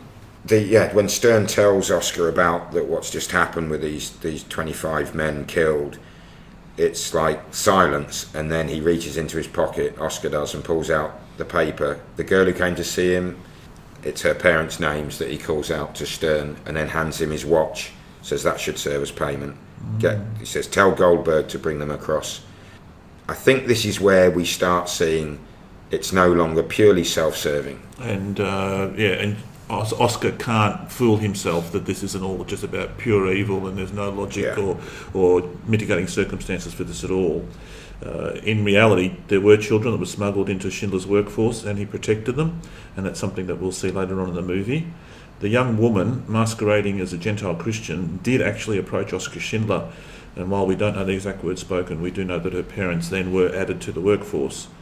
And although Helen Hirsch and Helen Sternlich, plus Mietek Pemper, Schindler was from them learning what a monster that Amon Goeth really was. I think in the book, the movie portrays him as being reluctant to admit the evil that the Nazis are doing and becoming a clear Jewish sympathiser. They drag that out a little bit more than they do in the book for the redemption of this playboy into more of a hero. Yeah. They drag that out, but to great effect, I think. Back at the movie, and there's a party at Goeth's villa, and during which Oscar pays a visit to Helen Hirsch, the housekeeper, in the basement. Schindler's very casual with it. He uses her name to let her know she shouldn't be frightened, and then she starts to tell him a little bit about what she's seen and how she feels, and we just got a clip here. And there on the steps, he drew his gun and he shot a woman who was passing by. A woman carrying a bundle through the throat. Just a woman on her way somewhere. You know, she was no fatter or thinner or slower or faster than anyone else, and I couldn't guess what had she done. The more you see of the Herr Kommandant, the more you see there is no set rules that you can live by. You can say to yourself, if I follow these rules, I will be safe. He won't shoot you because he enjoys you too much. He shot the woman from the steps because she meant nothing to him. She was one of a series, neither offending or pleasing him. But you, Helen, it's all right. It's not that kind of a kiss. So the little bit at the end you heard where Oscar says, it's all right, it's not that kind of kiss, as he leans towards Helen, but it's really touching scene. There's no leeriness in him. He's quite paternal, isn't he? He just gives her a gentle kiss on the forehead, grabs the wine he'd gone to the cellar to get, and goes back to the party. But you kind of get her thing. She said, there's no consistency. There's no, if I follow this set of rules, I'll be okay. And I think that's the horror of it. Reality, Helen Sternlicht, now Helen Jonas, says that Goeth never showed any sexual interest in her, whereas towards Helen Hirsch, she remembers him swaying from attraction to revulsion, back to attraction. And then she was asked about, was Schindler ever interested in the two Helens? And she just laughed it off. She said, he had lots of women, well-dressed, fleshed, healthy, willing. Why on earth would he be interested in me and Helen? We said I weighed 46 kilograms, wearing filthy clothes, covered in lice, and I smelt. No, he didn't show any interest. So the paternalism he felt towards him is quite likely. And certainly Helen Sternlicht, Jonas Sternlicht, says he was, when you saw him, there was something about him that just made you feel safer. Yeah. So there was something very confident and reassuring about Schindler as a man, quite clearly. Yeah. Okay, so back to the movie. We see Oscar and Goeth sharing a private moment on the balcony. Goeth is falling down drunk. He complains about his desire for power. But Oscar explains what he believes power really is. They fear us because we have the power to kill arbitrarily. A man commits a crime, he should know better. We have him killed and we feel pretty good about it. Or we kill him ourselves and we feel even better. It's not power, though. That's justice. It's different than power. Power is when we have every justification to kill. And we don't. You think that's power? That's what the Emperor said. A man stole something, he's brought him before the Emperor, he throws himself down on the ground, he begs for mercy. He knows he's going to die. And the Emperor pardons him. This worthless man, he lets him go. I think you are drunk. That's power, Amon. So next we see a Nazi auditor coming into Goethe's home, checking his books, a bit menacingly, a bit ominously. Goethe is angry, and he walks in to see his saddle on the floor of the horse's stall outside. Goethe is furious, but uncharacteristically forgives the Jewish boy, who we presume has dropped the saddle in the wrong spot, and the Jewish boy goes on with his day. Stern, watching this scene, he almost smiles, and wondering if Goethe has mysteriously discovered the power of mercy, as he's been prompted to discover by Schindler. We see Goethe riding his horse through the camp like an emperor. He returns home to find a dirty bathtub and a terrified Jewish boy who's been trying to clean it. Yeah, and he says to him, what have you been using? And he says, soap. And he says, oh, soap, not lye. Okay, I pardon you. And the boy leaves, and you see this really creepy scene of Goethe looking in the mirror, practicing expressions, going, like the Pope with his hand, he goes, I pardon you. I pardon you. Then we see the boy walking across the camp. Yes. And a shot rings out. And the boy doesn't run, he just looks back and then turns and keeps walking. And then the next shot is Itzak Stern walking behind him with his arm full of books. And the boy's body is stretched out. He's obviously been shot after all. And it's like so much for mercy. And the way it's portrayed by Fiennes, and I know it's horrible because this really happened, but to get a glimpse of what it must have been like to have to live under or near somebody like him, it's like he's trying mercy on for size. For 20 minutes. Yeah. Oh, and what that feel? I want to see how that feels. No, I don't like it. Not so good. And he just goes back to being a monster. In reality. Yeah. Now, whether or not Oskar Schindler had that try and convert him to the power of mercy, I guess we'll never really know. But it definitely was a key scene or key chapter from Thomas Keneally's book, where he tries to get him to try mercy, and he does in a couple of instances, but it's very short-lived, as in the movie. Interestingly, I saw Ben Kingsley interviewed about portraying Itzak Stern, and he said that scene with the mercy to the stable lad, apart from right at the end of the movie, it's about the only time he nearly smiles. And it's very similar to, remember we talked about Victoria and Abdul, when Abdul makes eye contact with the Queen and there's a tiny little twitch of a smile that you hardly get. And again, Ben Kingsley, obviously incredibly accomplished actor, does that almost, and he's like, he just rises half an inch and he's walking on the balls of his feet a little bit of, maybe our man Schindler, hair director, is turned him around. And then of course the shots ring out and you realise, like we've said before, it's nothing to do with dialogue or any key line, or it's actually the impressive things are the things that are unspoken completely, tiny little gestures and tics. Goeth did murder a stable lad. Yeah, that's a fact. Yeah. Okay, back into the movie, we see Helen giving Goeth a manicure. He leans in to be close to her and just stares at her, very creepy. The scene then cuts to the barracks where a Jewish couple is getting married. Back to Goeth, gazing down on his camp. A woman sings at a club outside the camp now, back in the real world, where Oskar is enjoying his evening. We see Goeth go down to Helen in her cellar and begins to compliment her. Helen, standing in the darkness, trembling with fear. I would like so much to reach out and touch you in your loneliness. What would that be like? I wonder. I mean, what would be wrong with that? And I realize that you're not a person in the strictest sense of the word, but I mean, maybe you're right about that too. Maybe what's wrong isn't. It's not us. It's this. No, I don't think so. You're a Jewish bitch. You never talked me into it, didn't you? A really creepy clip. The editing is not the most subtle. We basically jump to the end where he says, "Oh, you nearly talked me into it," and it's a monologue. She doesn't speak a word. It's very powerful. She's terrified, and he's got this back and forth in his own head about will I, won't I, do I like her, will I kill her? It's very, very frightening. It's more evidence, if we needed it, that he's clearly a psychopath. We then cut to a birthday party for Oskar. Everyone's pretty drunk. There's Goeth and some of the SS men are there, as well as a couple of Oskar's girlfriends and Stern and some of the other workers. And then two of the female workers bring a cake that they've made for him.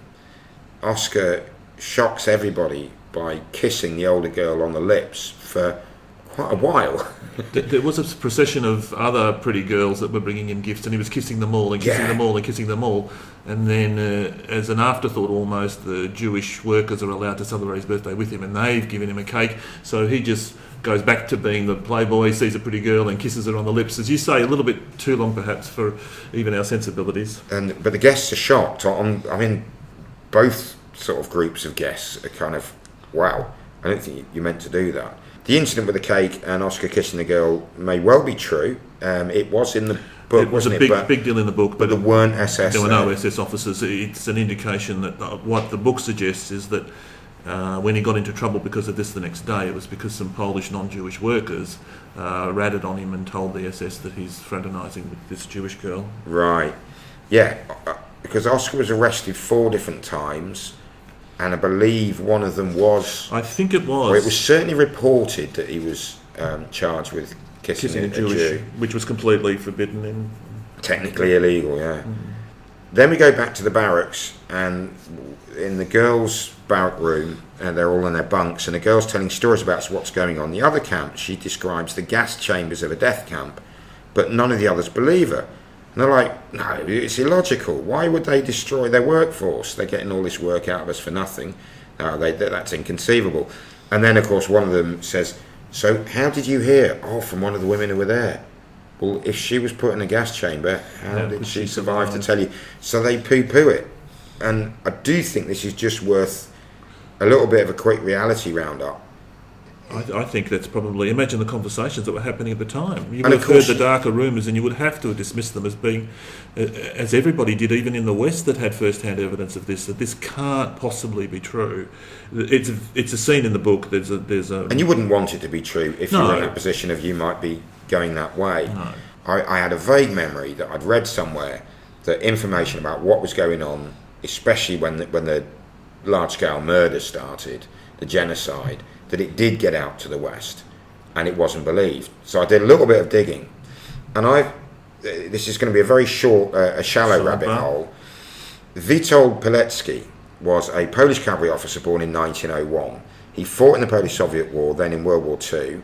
Obviously, when the Polish army were defeated and surrendered to the Germans, he decided not to. And so he was part of a resistance group, an intelligence officer. He volunteered to infiltrate Auschwitz. And when I say infiltrate, I mean get captured and interned there. He then organised a resistance movement within the camp. This is in 1941. He gathered information about what was really going on there and got it smuggled out and passed to the Western Allies as early as 41. In 1943, he escaped, became a combatant in the Warsaw Uprising in 44, survived the war, refused the opportunity to go to Britain or America, saying, no, I'm Polish, I'm remaining in Poland, I'm a loyal Pole. But he was known to be loyal to the Polish government in exile, not the Stalinist puppet communist government.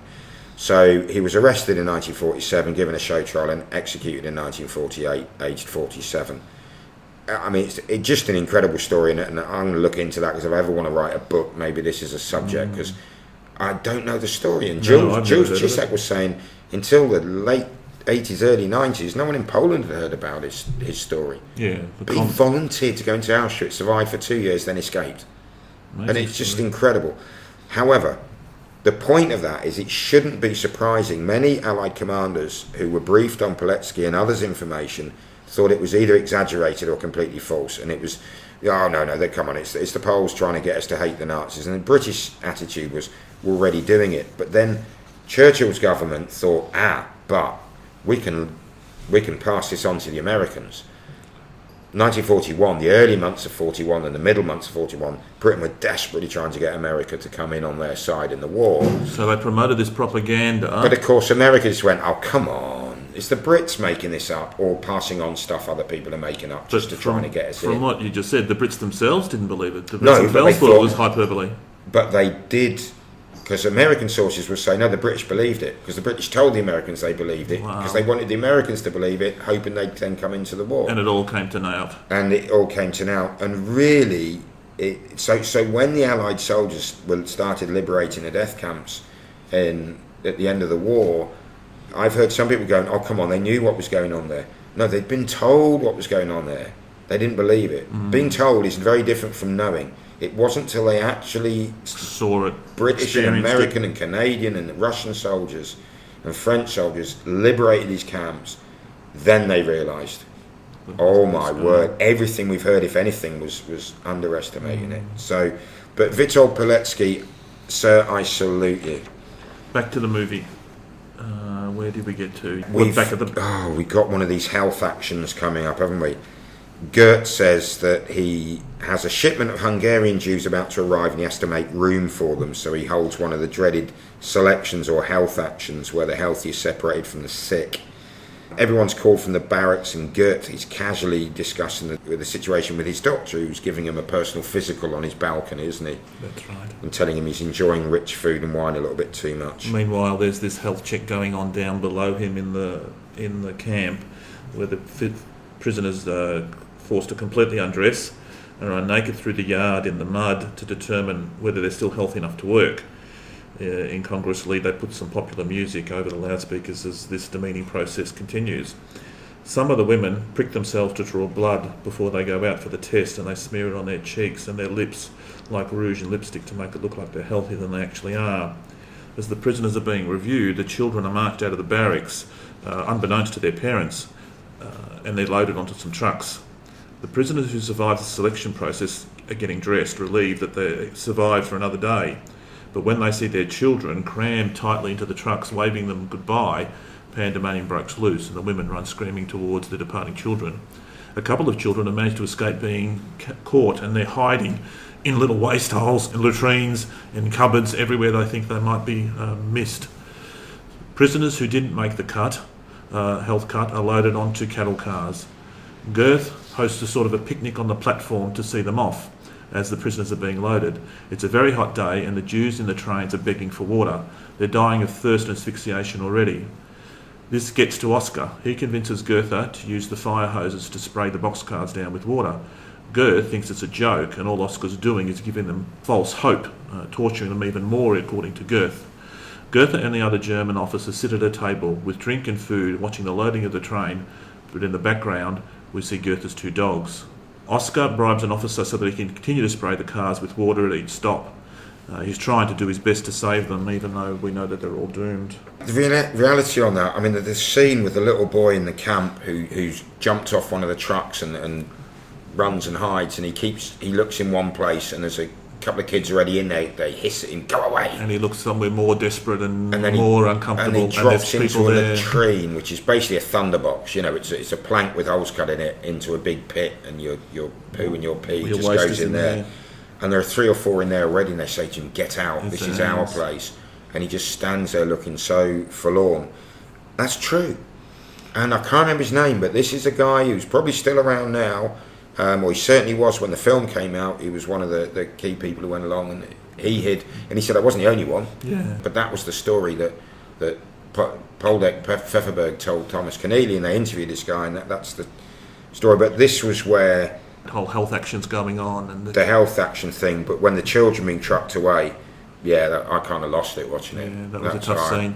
I was flooded. The whole thing, not just the kids, was the terrible icing on the terrible cake, but the whole health action scene is pretty grim and pretty accurate, unfortunately. Yeah. And according to something I read somewhere, this was the hardest day for the actors to get through. Filming these scenes was the toughest, as it is for us in the audience, I guess.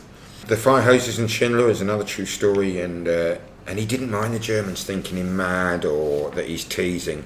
One horrible aside, very quickly, Goeth's dogs, Ralph and Rolf. I don't know what breed they're like enormously muscular and larger Doberman Pinschers. Yeah, that's a good description. I don't know the breed either. What's not thankfully shown in the movie, in reality, Goeth trained them as attack dogs. And on many occasions they were used to kill prisoners, which is, horrendous. Back to the movie, we see Oscar being arrested by the Gestapo. His cellmate in the prison, who's a uniformed sergeant or officer, I'm not quite sure what, thinks it's funny that Oscar's in jail for kissing a Jewish girl. So this is basically why this is the girl who brought him the cake at the party. Yes. Goeth puts his own neck on the line to appeal for Oscar's release. He says, it's a pretty woman, and he doesn't mean it. He's not clever, but it was an honest mistake. Luckily, Oscar has friends in high places, and a senior officer comes in. This is the advice he gives Oscar for the future. Sit down. We give you Jewish girls at 5 marks a day, Oscar. You should kiss us, not them. God forbid you ever get a real taste for Jewish skirt. There's no future in it. They don't have a future. That's not just good old-fashioned Jew-hating talk. It's policy now. Yeah, so that's a chilling scene where he confirms that there's a plan to exterminate all the Jews. The arrest, in reality, there is elements of truth to that. As we've already said, Schindler was arrested 4 times and managed to get out. He was accused of various different things, and he would have pulled all strings to get out, as we've already said, mentioning that there might be some influential people in Berlin, and eventually he does get out, and Goethe would have in fact gone into bat for him at least one of these occasions. Back in the movie, it's in April in 1944, and the sky seems to be raining ash. We find out it's the ash of some burning bodies. There's a mountain of burning bodies of the 10,000 Jews exhumed from nearby mass graves. Jews who were killed during the liquidation of the Krakow ghetto and Goeth's camp at Plaszow. It's a horrific scene. We see wheelbarrows full of decomposing bodies being dug up and dumped into pits to be incinerated.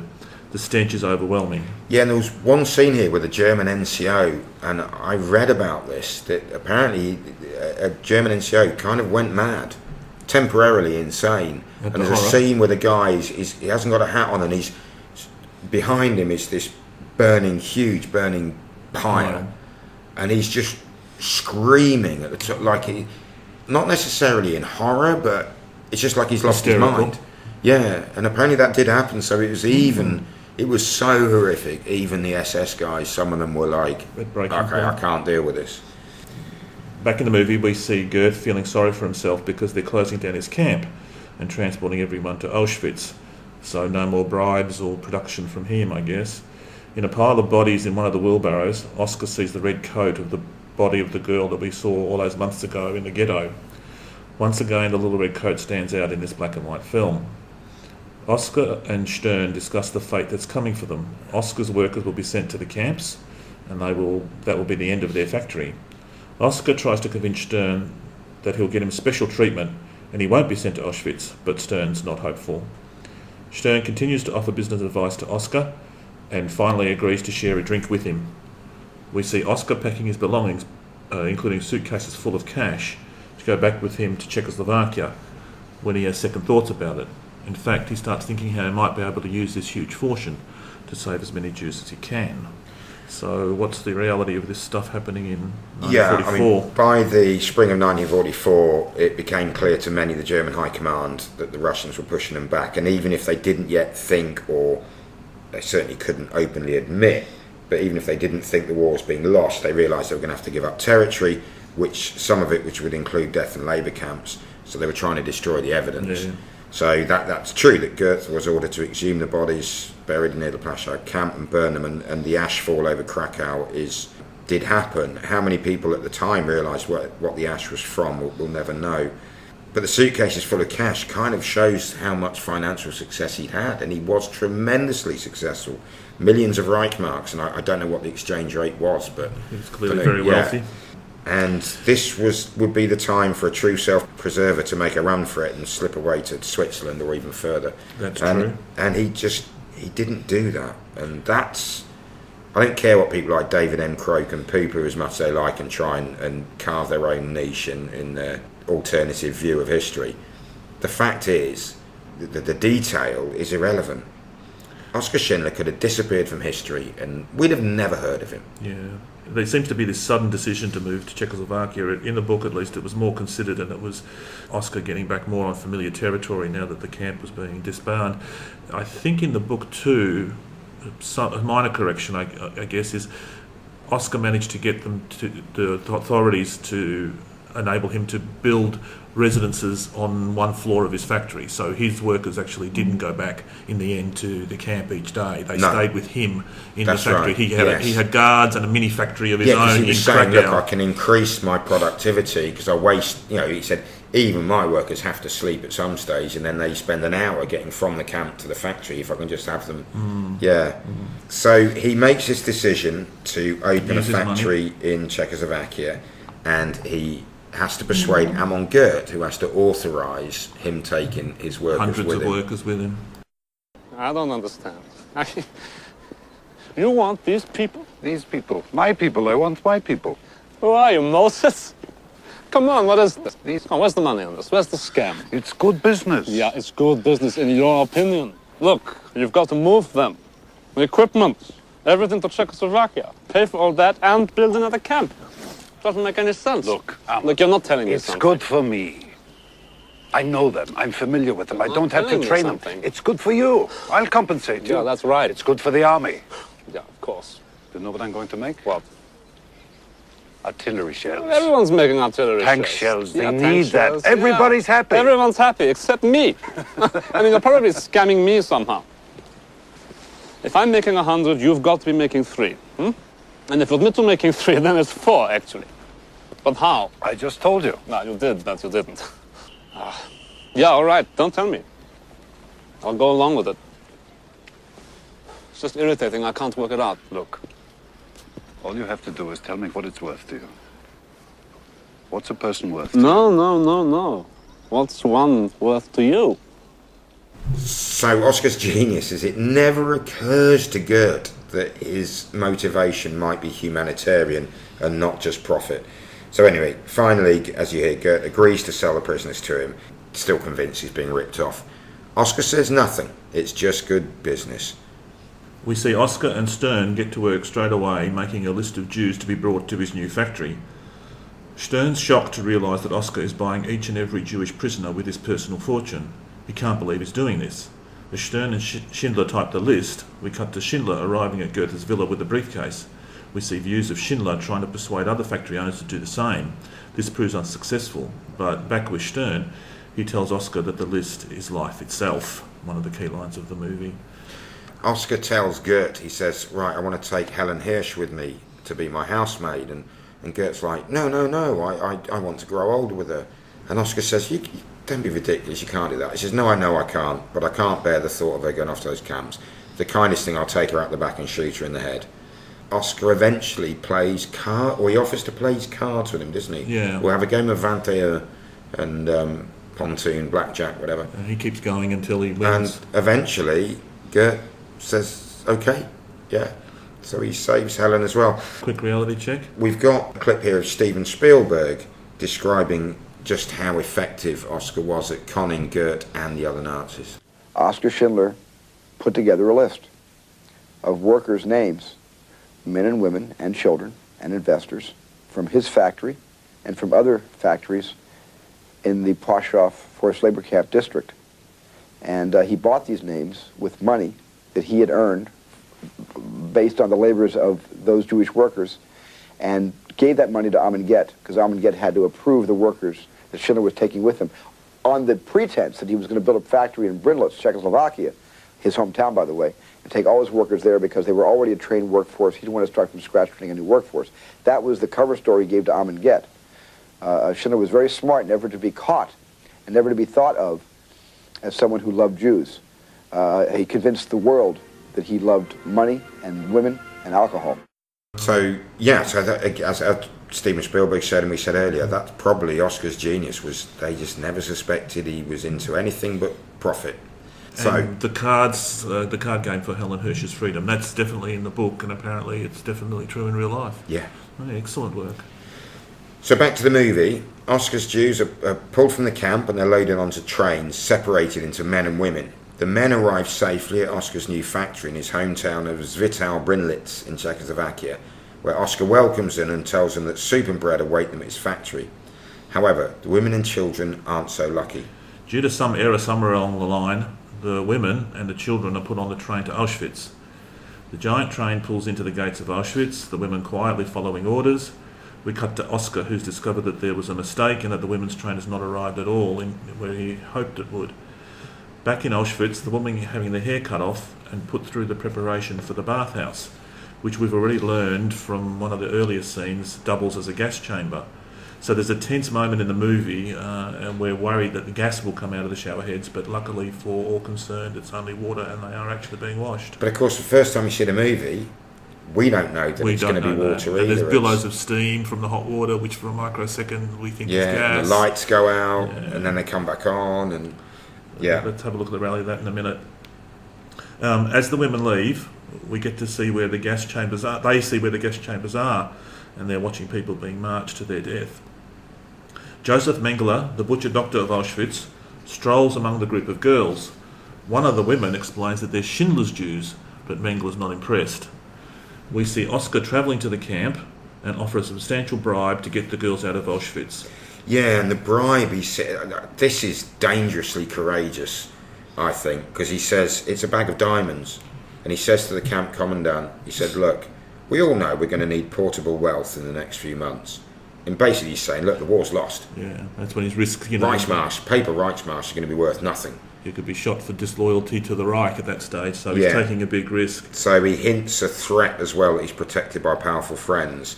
The German commandant eventually agrees, and the women are loaded onto trains to go to the factory in Czechoslovakia. As the women go towards the train, a guard starts grabbing the children away from them. Oscar intervenes eventually, and he says, what are you doing? And the guy says, well, what do you want kids for? He said, how do you think I polished the inside of a 45mm shell casing? I need their small hands. And he's really aggressive with this. And he's holding the child, and he uses the child's hand to bash against the chest of the guard. And he's like, how do you think I'm going to get these shells polished? And eventually this guy goes, oh, right, okay then. So the women and the children. He manages to say both from the gates of Auschwitz. So the reality of that, they say, we said at the start that the men arrive safely, and they're shown as not having too much difficulty, but in the book they also get sent to the wrong camp.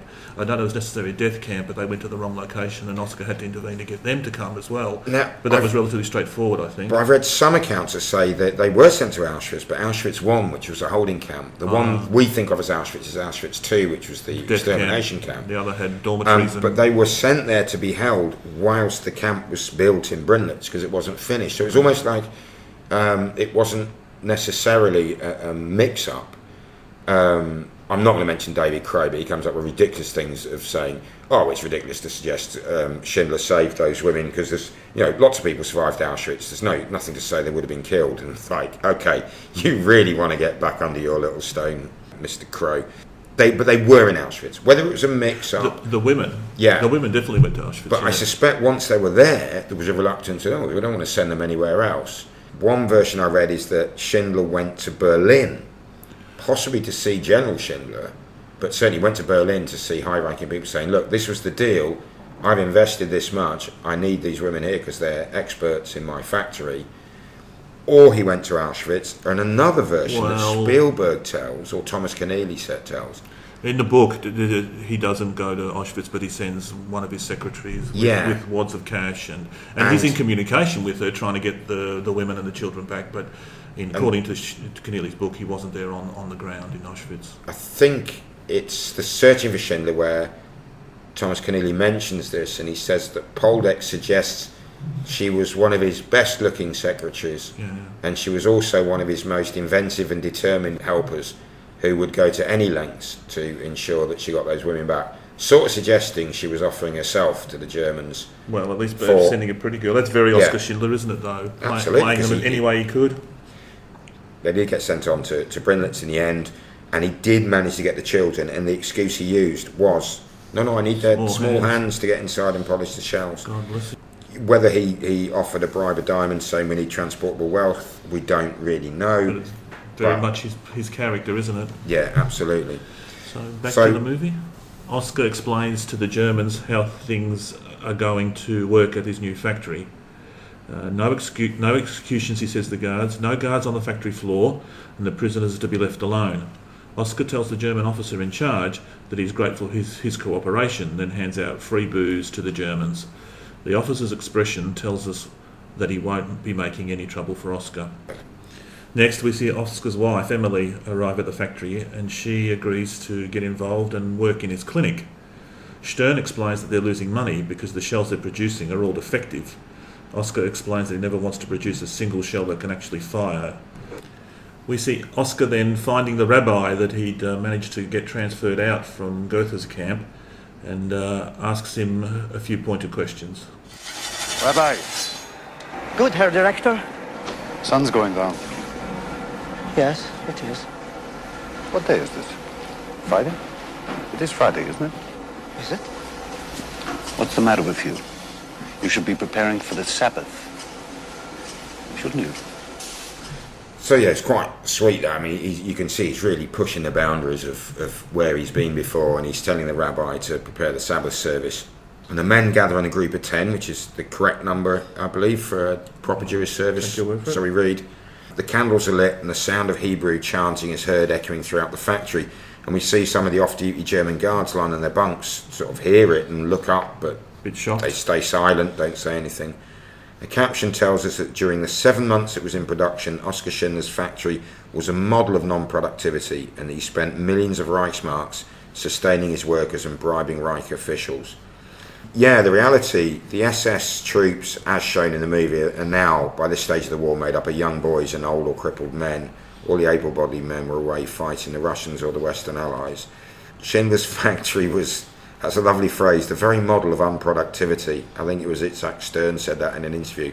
And the shoddy ammunition was all rejected by quality control, so he didn't get paid. And he did actually go on the black market and buy some legitimate artillery shells and to put into his production line as if he'd made them. He said, oh, it's right, we're just having production line teething troubles, we're still in the early stages, we'll get it right. But he also bought black market weapons and hid them around the factory for his workers, and told some of the Jewish workers who'd been soldiers, look, this is where they are, in case they needed to defend themselves. He was probably aware by then the guards had orders to murder all of the Jewish workers once the Russian army's arrival was imminent. But he's just, I don't know, it's just great. And when Stern's really worried and saying, yeah, but we're producing rubbish, and he went, excellent, I'll be very unhappy if anything that leaves this factory actually shut. And by now he is clearly in full sabotage the war effort. Yeah, sympathy with the Jews. Yeah, totally. We see this brought home in the movie because we learn that he's broke. Yeah, Stern comes quite sheepishly, doesn't he? He says, have you got any money hidden away that I don't know about? And he says, no, why? He went, there isn't any left. Sorry. Jewish workers and German guards, we see them gather in their respective barracks to hear Winston Churchill's announcement over the radio that the war is over and Germany has unconditionally surrendered. Everyone is assembled to hear Oskar in the factory. We see the workers and the guards together, and he's explaining the situation to them.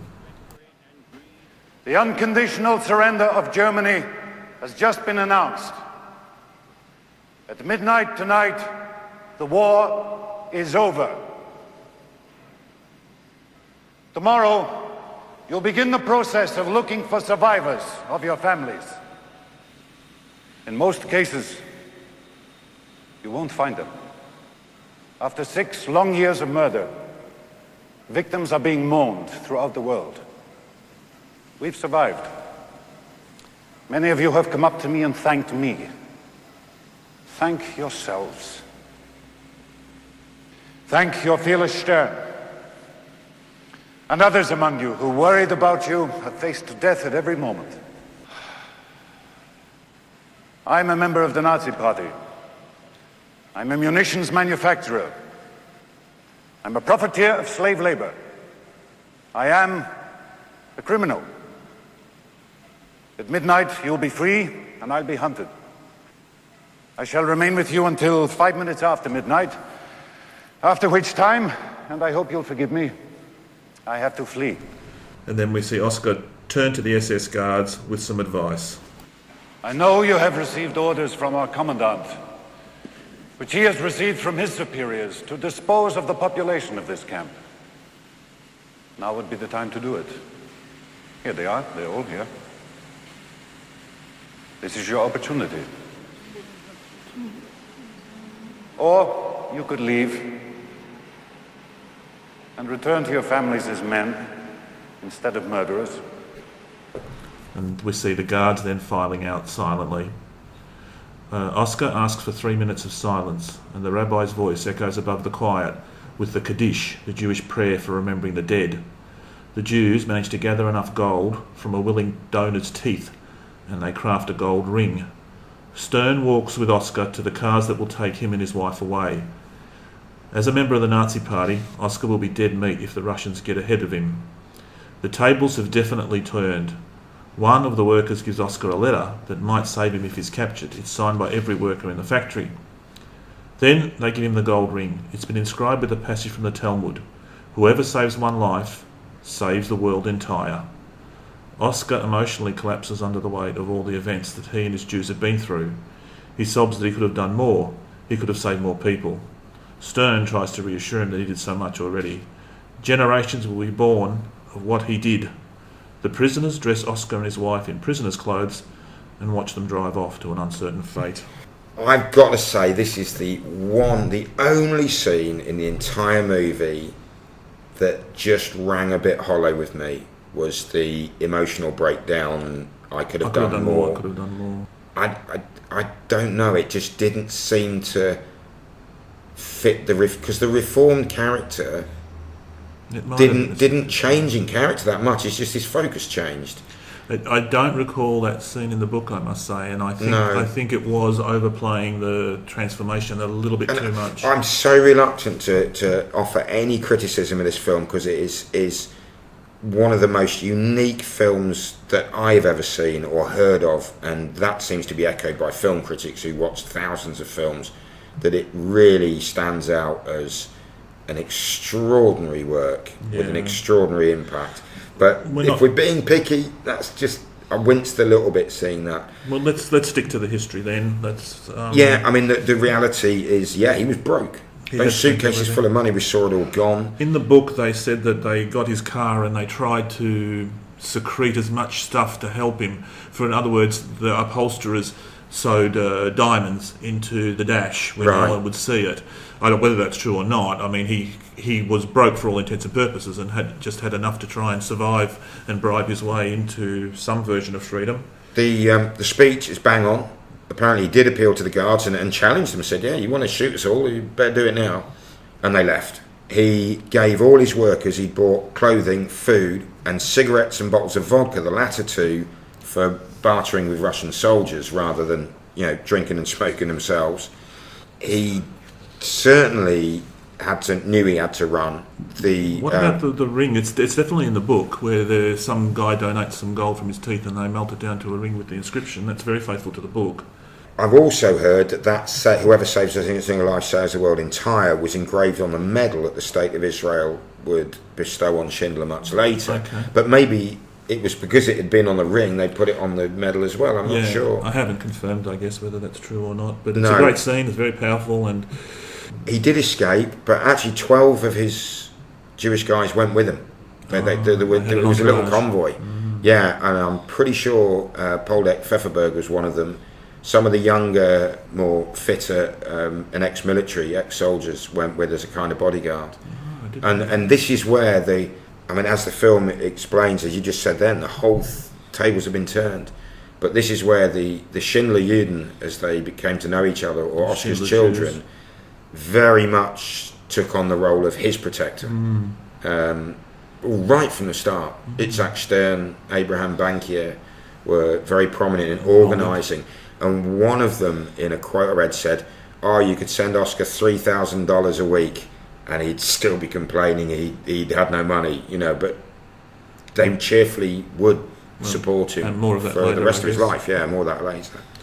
Back in the movie. Yeah. It's morning now, and we see a Russian soldier arriving at the factory, and he declares that they've all been liberated. Stern asks if there are any Jews left in Poland. The soldier doesn't know. They ask where they should go. Where should we go? Don't go east, that's for sure. They hate you there. I wouldn't go west either, if I were you.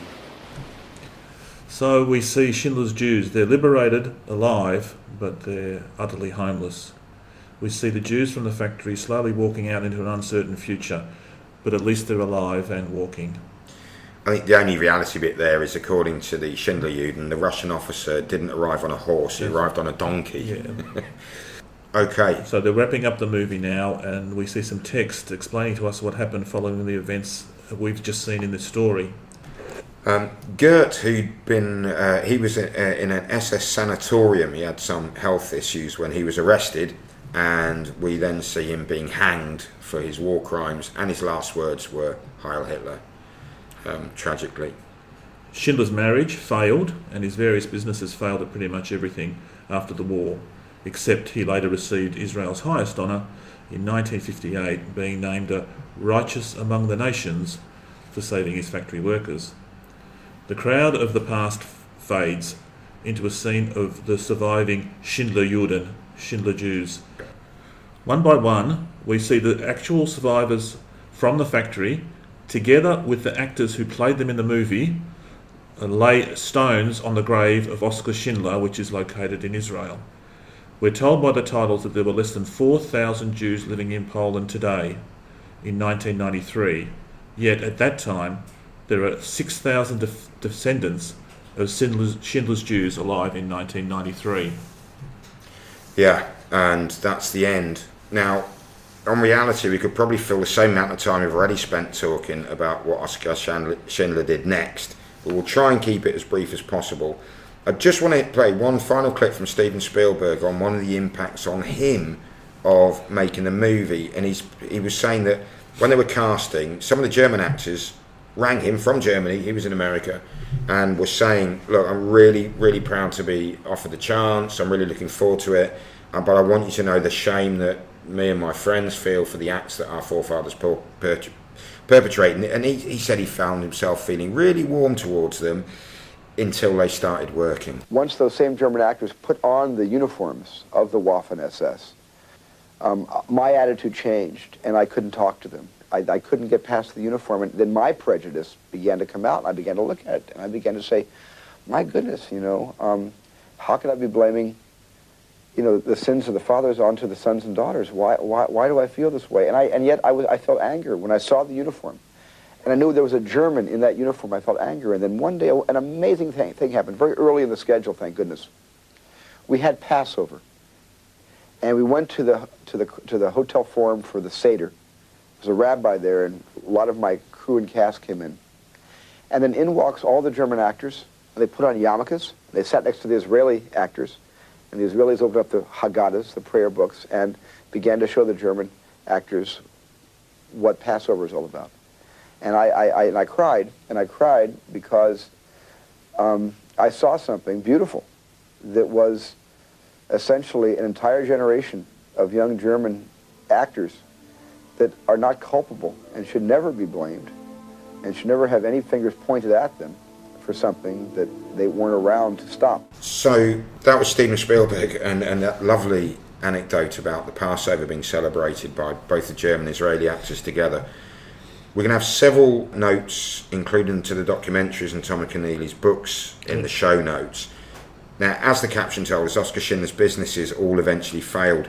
He was supported by grants willingly offered by his Jewish friends. The Joint Distribution Committee, which was a Jewish-run charity based out of New York, the JDC, their job was to support displaced Jews, but they were persuaded by the Schindler Juden that Oskar Schindler was a worthy recipient, so they paid and arranged for him and Emily to move to Argentina in the late 40s, but he proved a failure as a peacetime, honest businessman.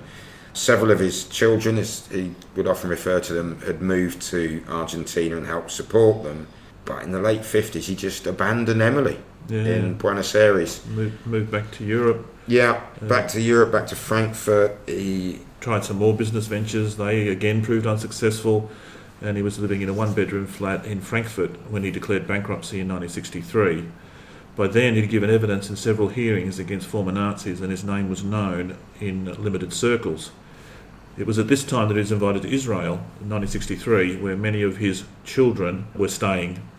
He was invited to Yad Vashem, the Israeli monument and museum to the Holocaust, who invited him to plant a cedar tree in the Avenue of the Righteous.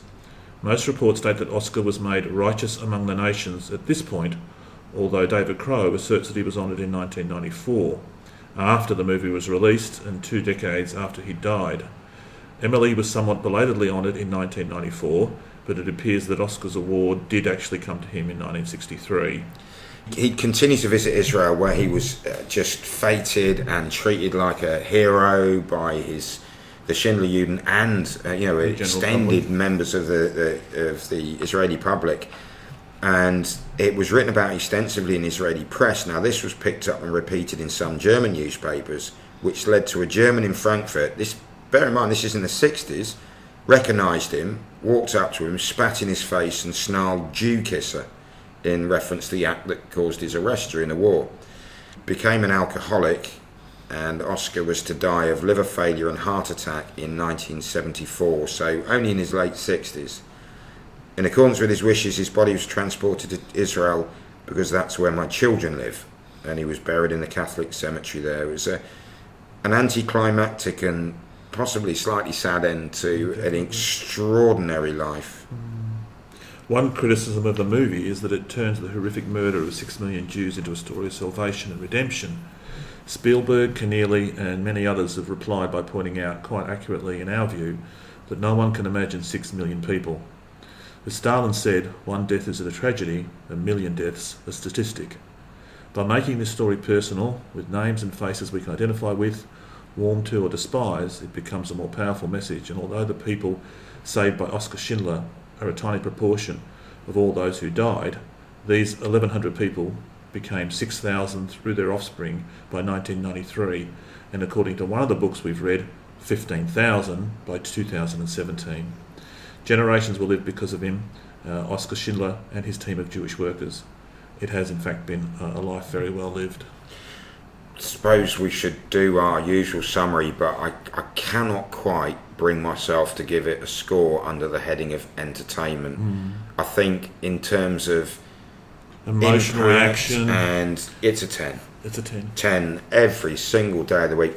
If anybody out there hasn't seen this film... And I hadn't before we started this research. You haven't seen it at all? I saw it when it came out, and I remember that it had a huge impact on me as a 27, 28-year-old young corporal. And then I watched it again the other day, and at several points found myself in, not like, racked with sobs, but just crying, just weeping, and finding it beautiful and tragic, because what we are aware of, in the background in all these scenes, is you see some of the other 6 million who didn't survive, which is Spielberg's aim, and absolutely really well received. And I suppose by 1993, when the movie came out, I'd been interested in World War II history, seen many documentaries on the Holocaust. My parents are World War II survivors. I knew this story pretty well. I'd been to Auschwitz myself. What could it teach me? Nothing that I didn't know already, so I probably put it off my radar, much to my regret, because fantastic movie. Yeah. And of course, when it was released, we had the Bosnian or the Yugoslavian civil war going on, where Slobodan Milosevic openly used the word ethnic cleansing. And, we've seen it in Rwanda, we've seen it... I fear we'll continue to see it. Yeah, we'll unlearn the lesson many times, won't we? I think one thing you can say from the research that's been done, from the truth that has been revealed, if you ever meet a Holocaust denier, they're either so stupid they're believing the words of a liar, or they're a liar themselves. There is no other explanation. It's something that we need to remember, and as that BBC series said, the Nazis are a warning from history. So I think that's our first 10 for entertainment, isn't it? Yeah. And what about history? I know that there's been so many eyes on this story that some people are going to come up with alternative versions and criticise it as Crow has, but I think it's pretty damn close. Yeah, and okay, we've got the amalgamation of 3 characters in Itzak Stern, but Steven Spielberg acknowledges that, and he explains it, and it's purely for, we have limited time. It's already a 3-hour, 15-minute movie. People have to learn who the people are and remember who they... Oh yeah, that's him, he does this. You have too many characters, it just becomes confusing. So we'll forgive him. I'll give him a pass on that. It's an 8 or a 9. 8 or a 9, yeah. I'll give it 9. Yeah, I think I'll give it 9. Yeah. Excellent. So it's, out of a possible maximum 40, it's got 38, and I don't think we're ever going to get close to that again. No, it really is a... Iconic? I don't know. Yeah, just landmark, huge impact. Huge impact, and unlike any other film. And bear in mind, this was the director who made E.T. and Hook and Jurassic Park. He was the entertainment guy. Yeah. Jaws had impact. It was an older target audience, but he'd never done anything like this. So he is just one of the good guys, Steven Spielberg, and we'll be revisiting him in 2 weeks' time when we do The Post.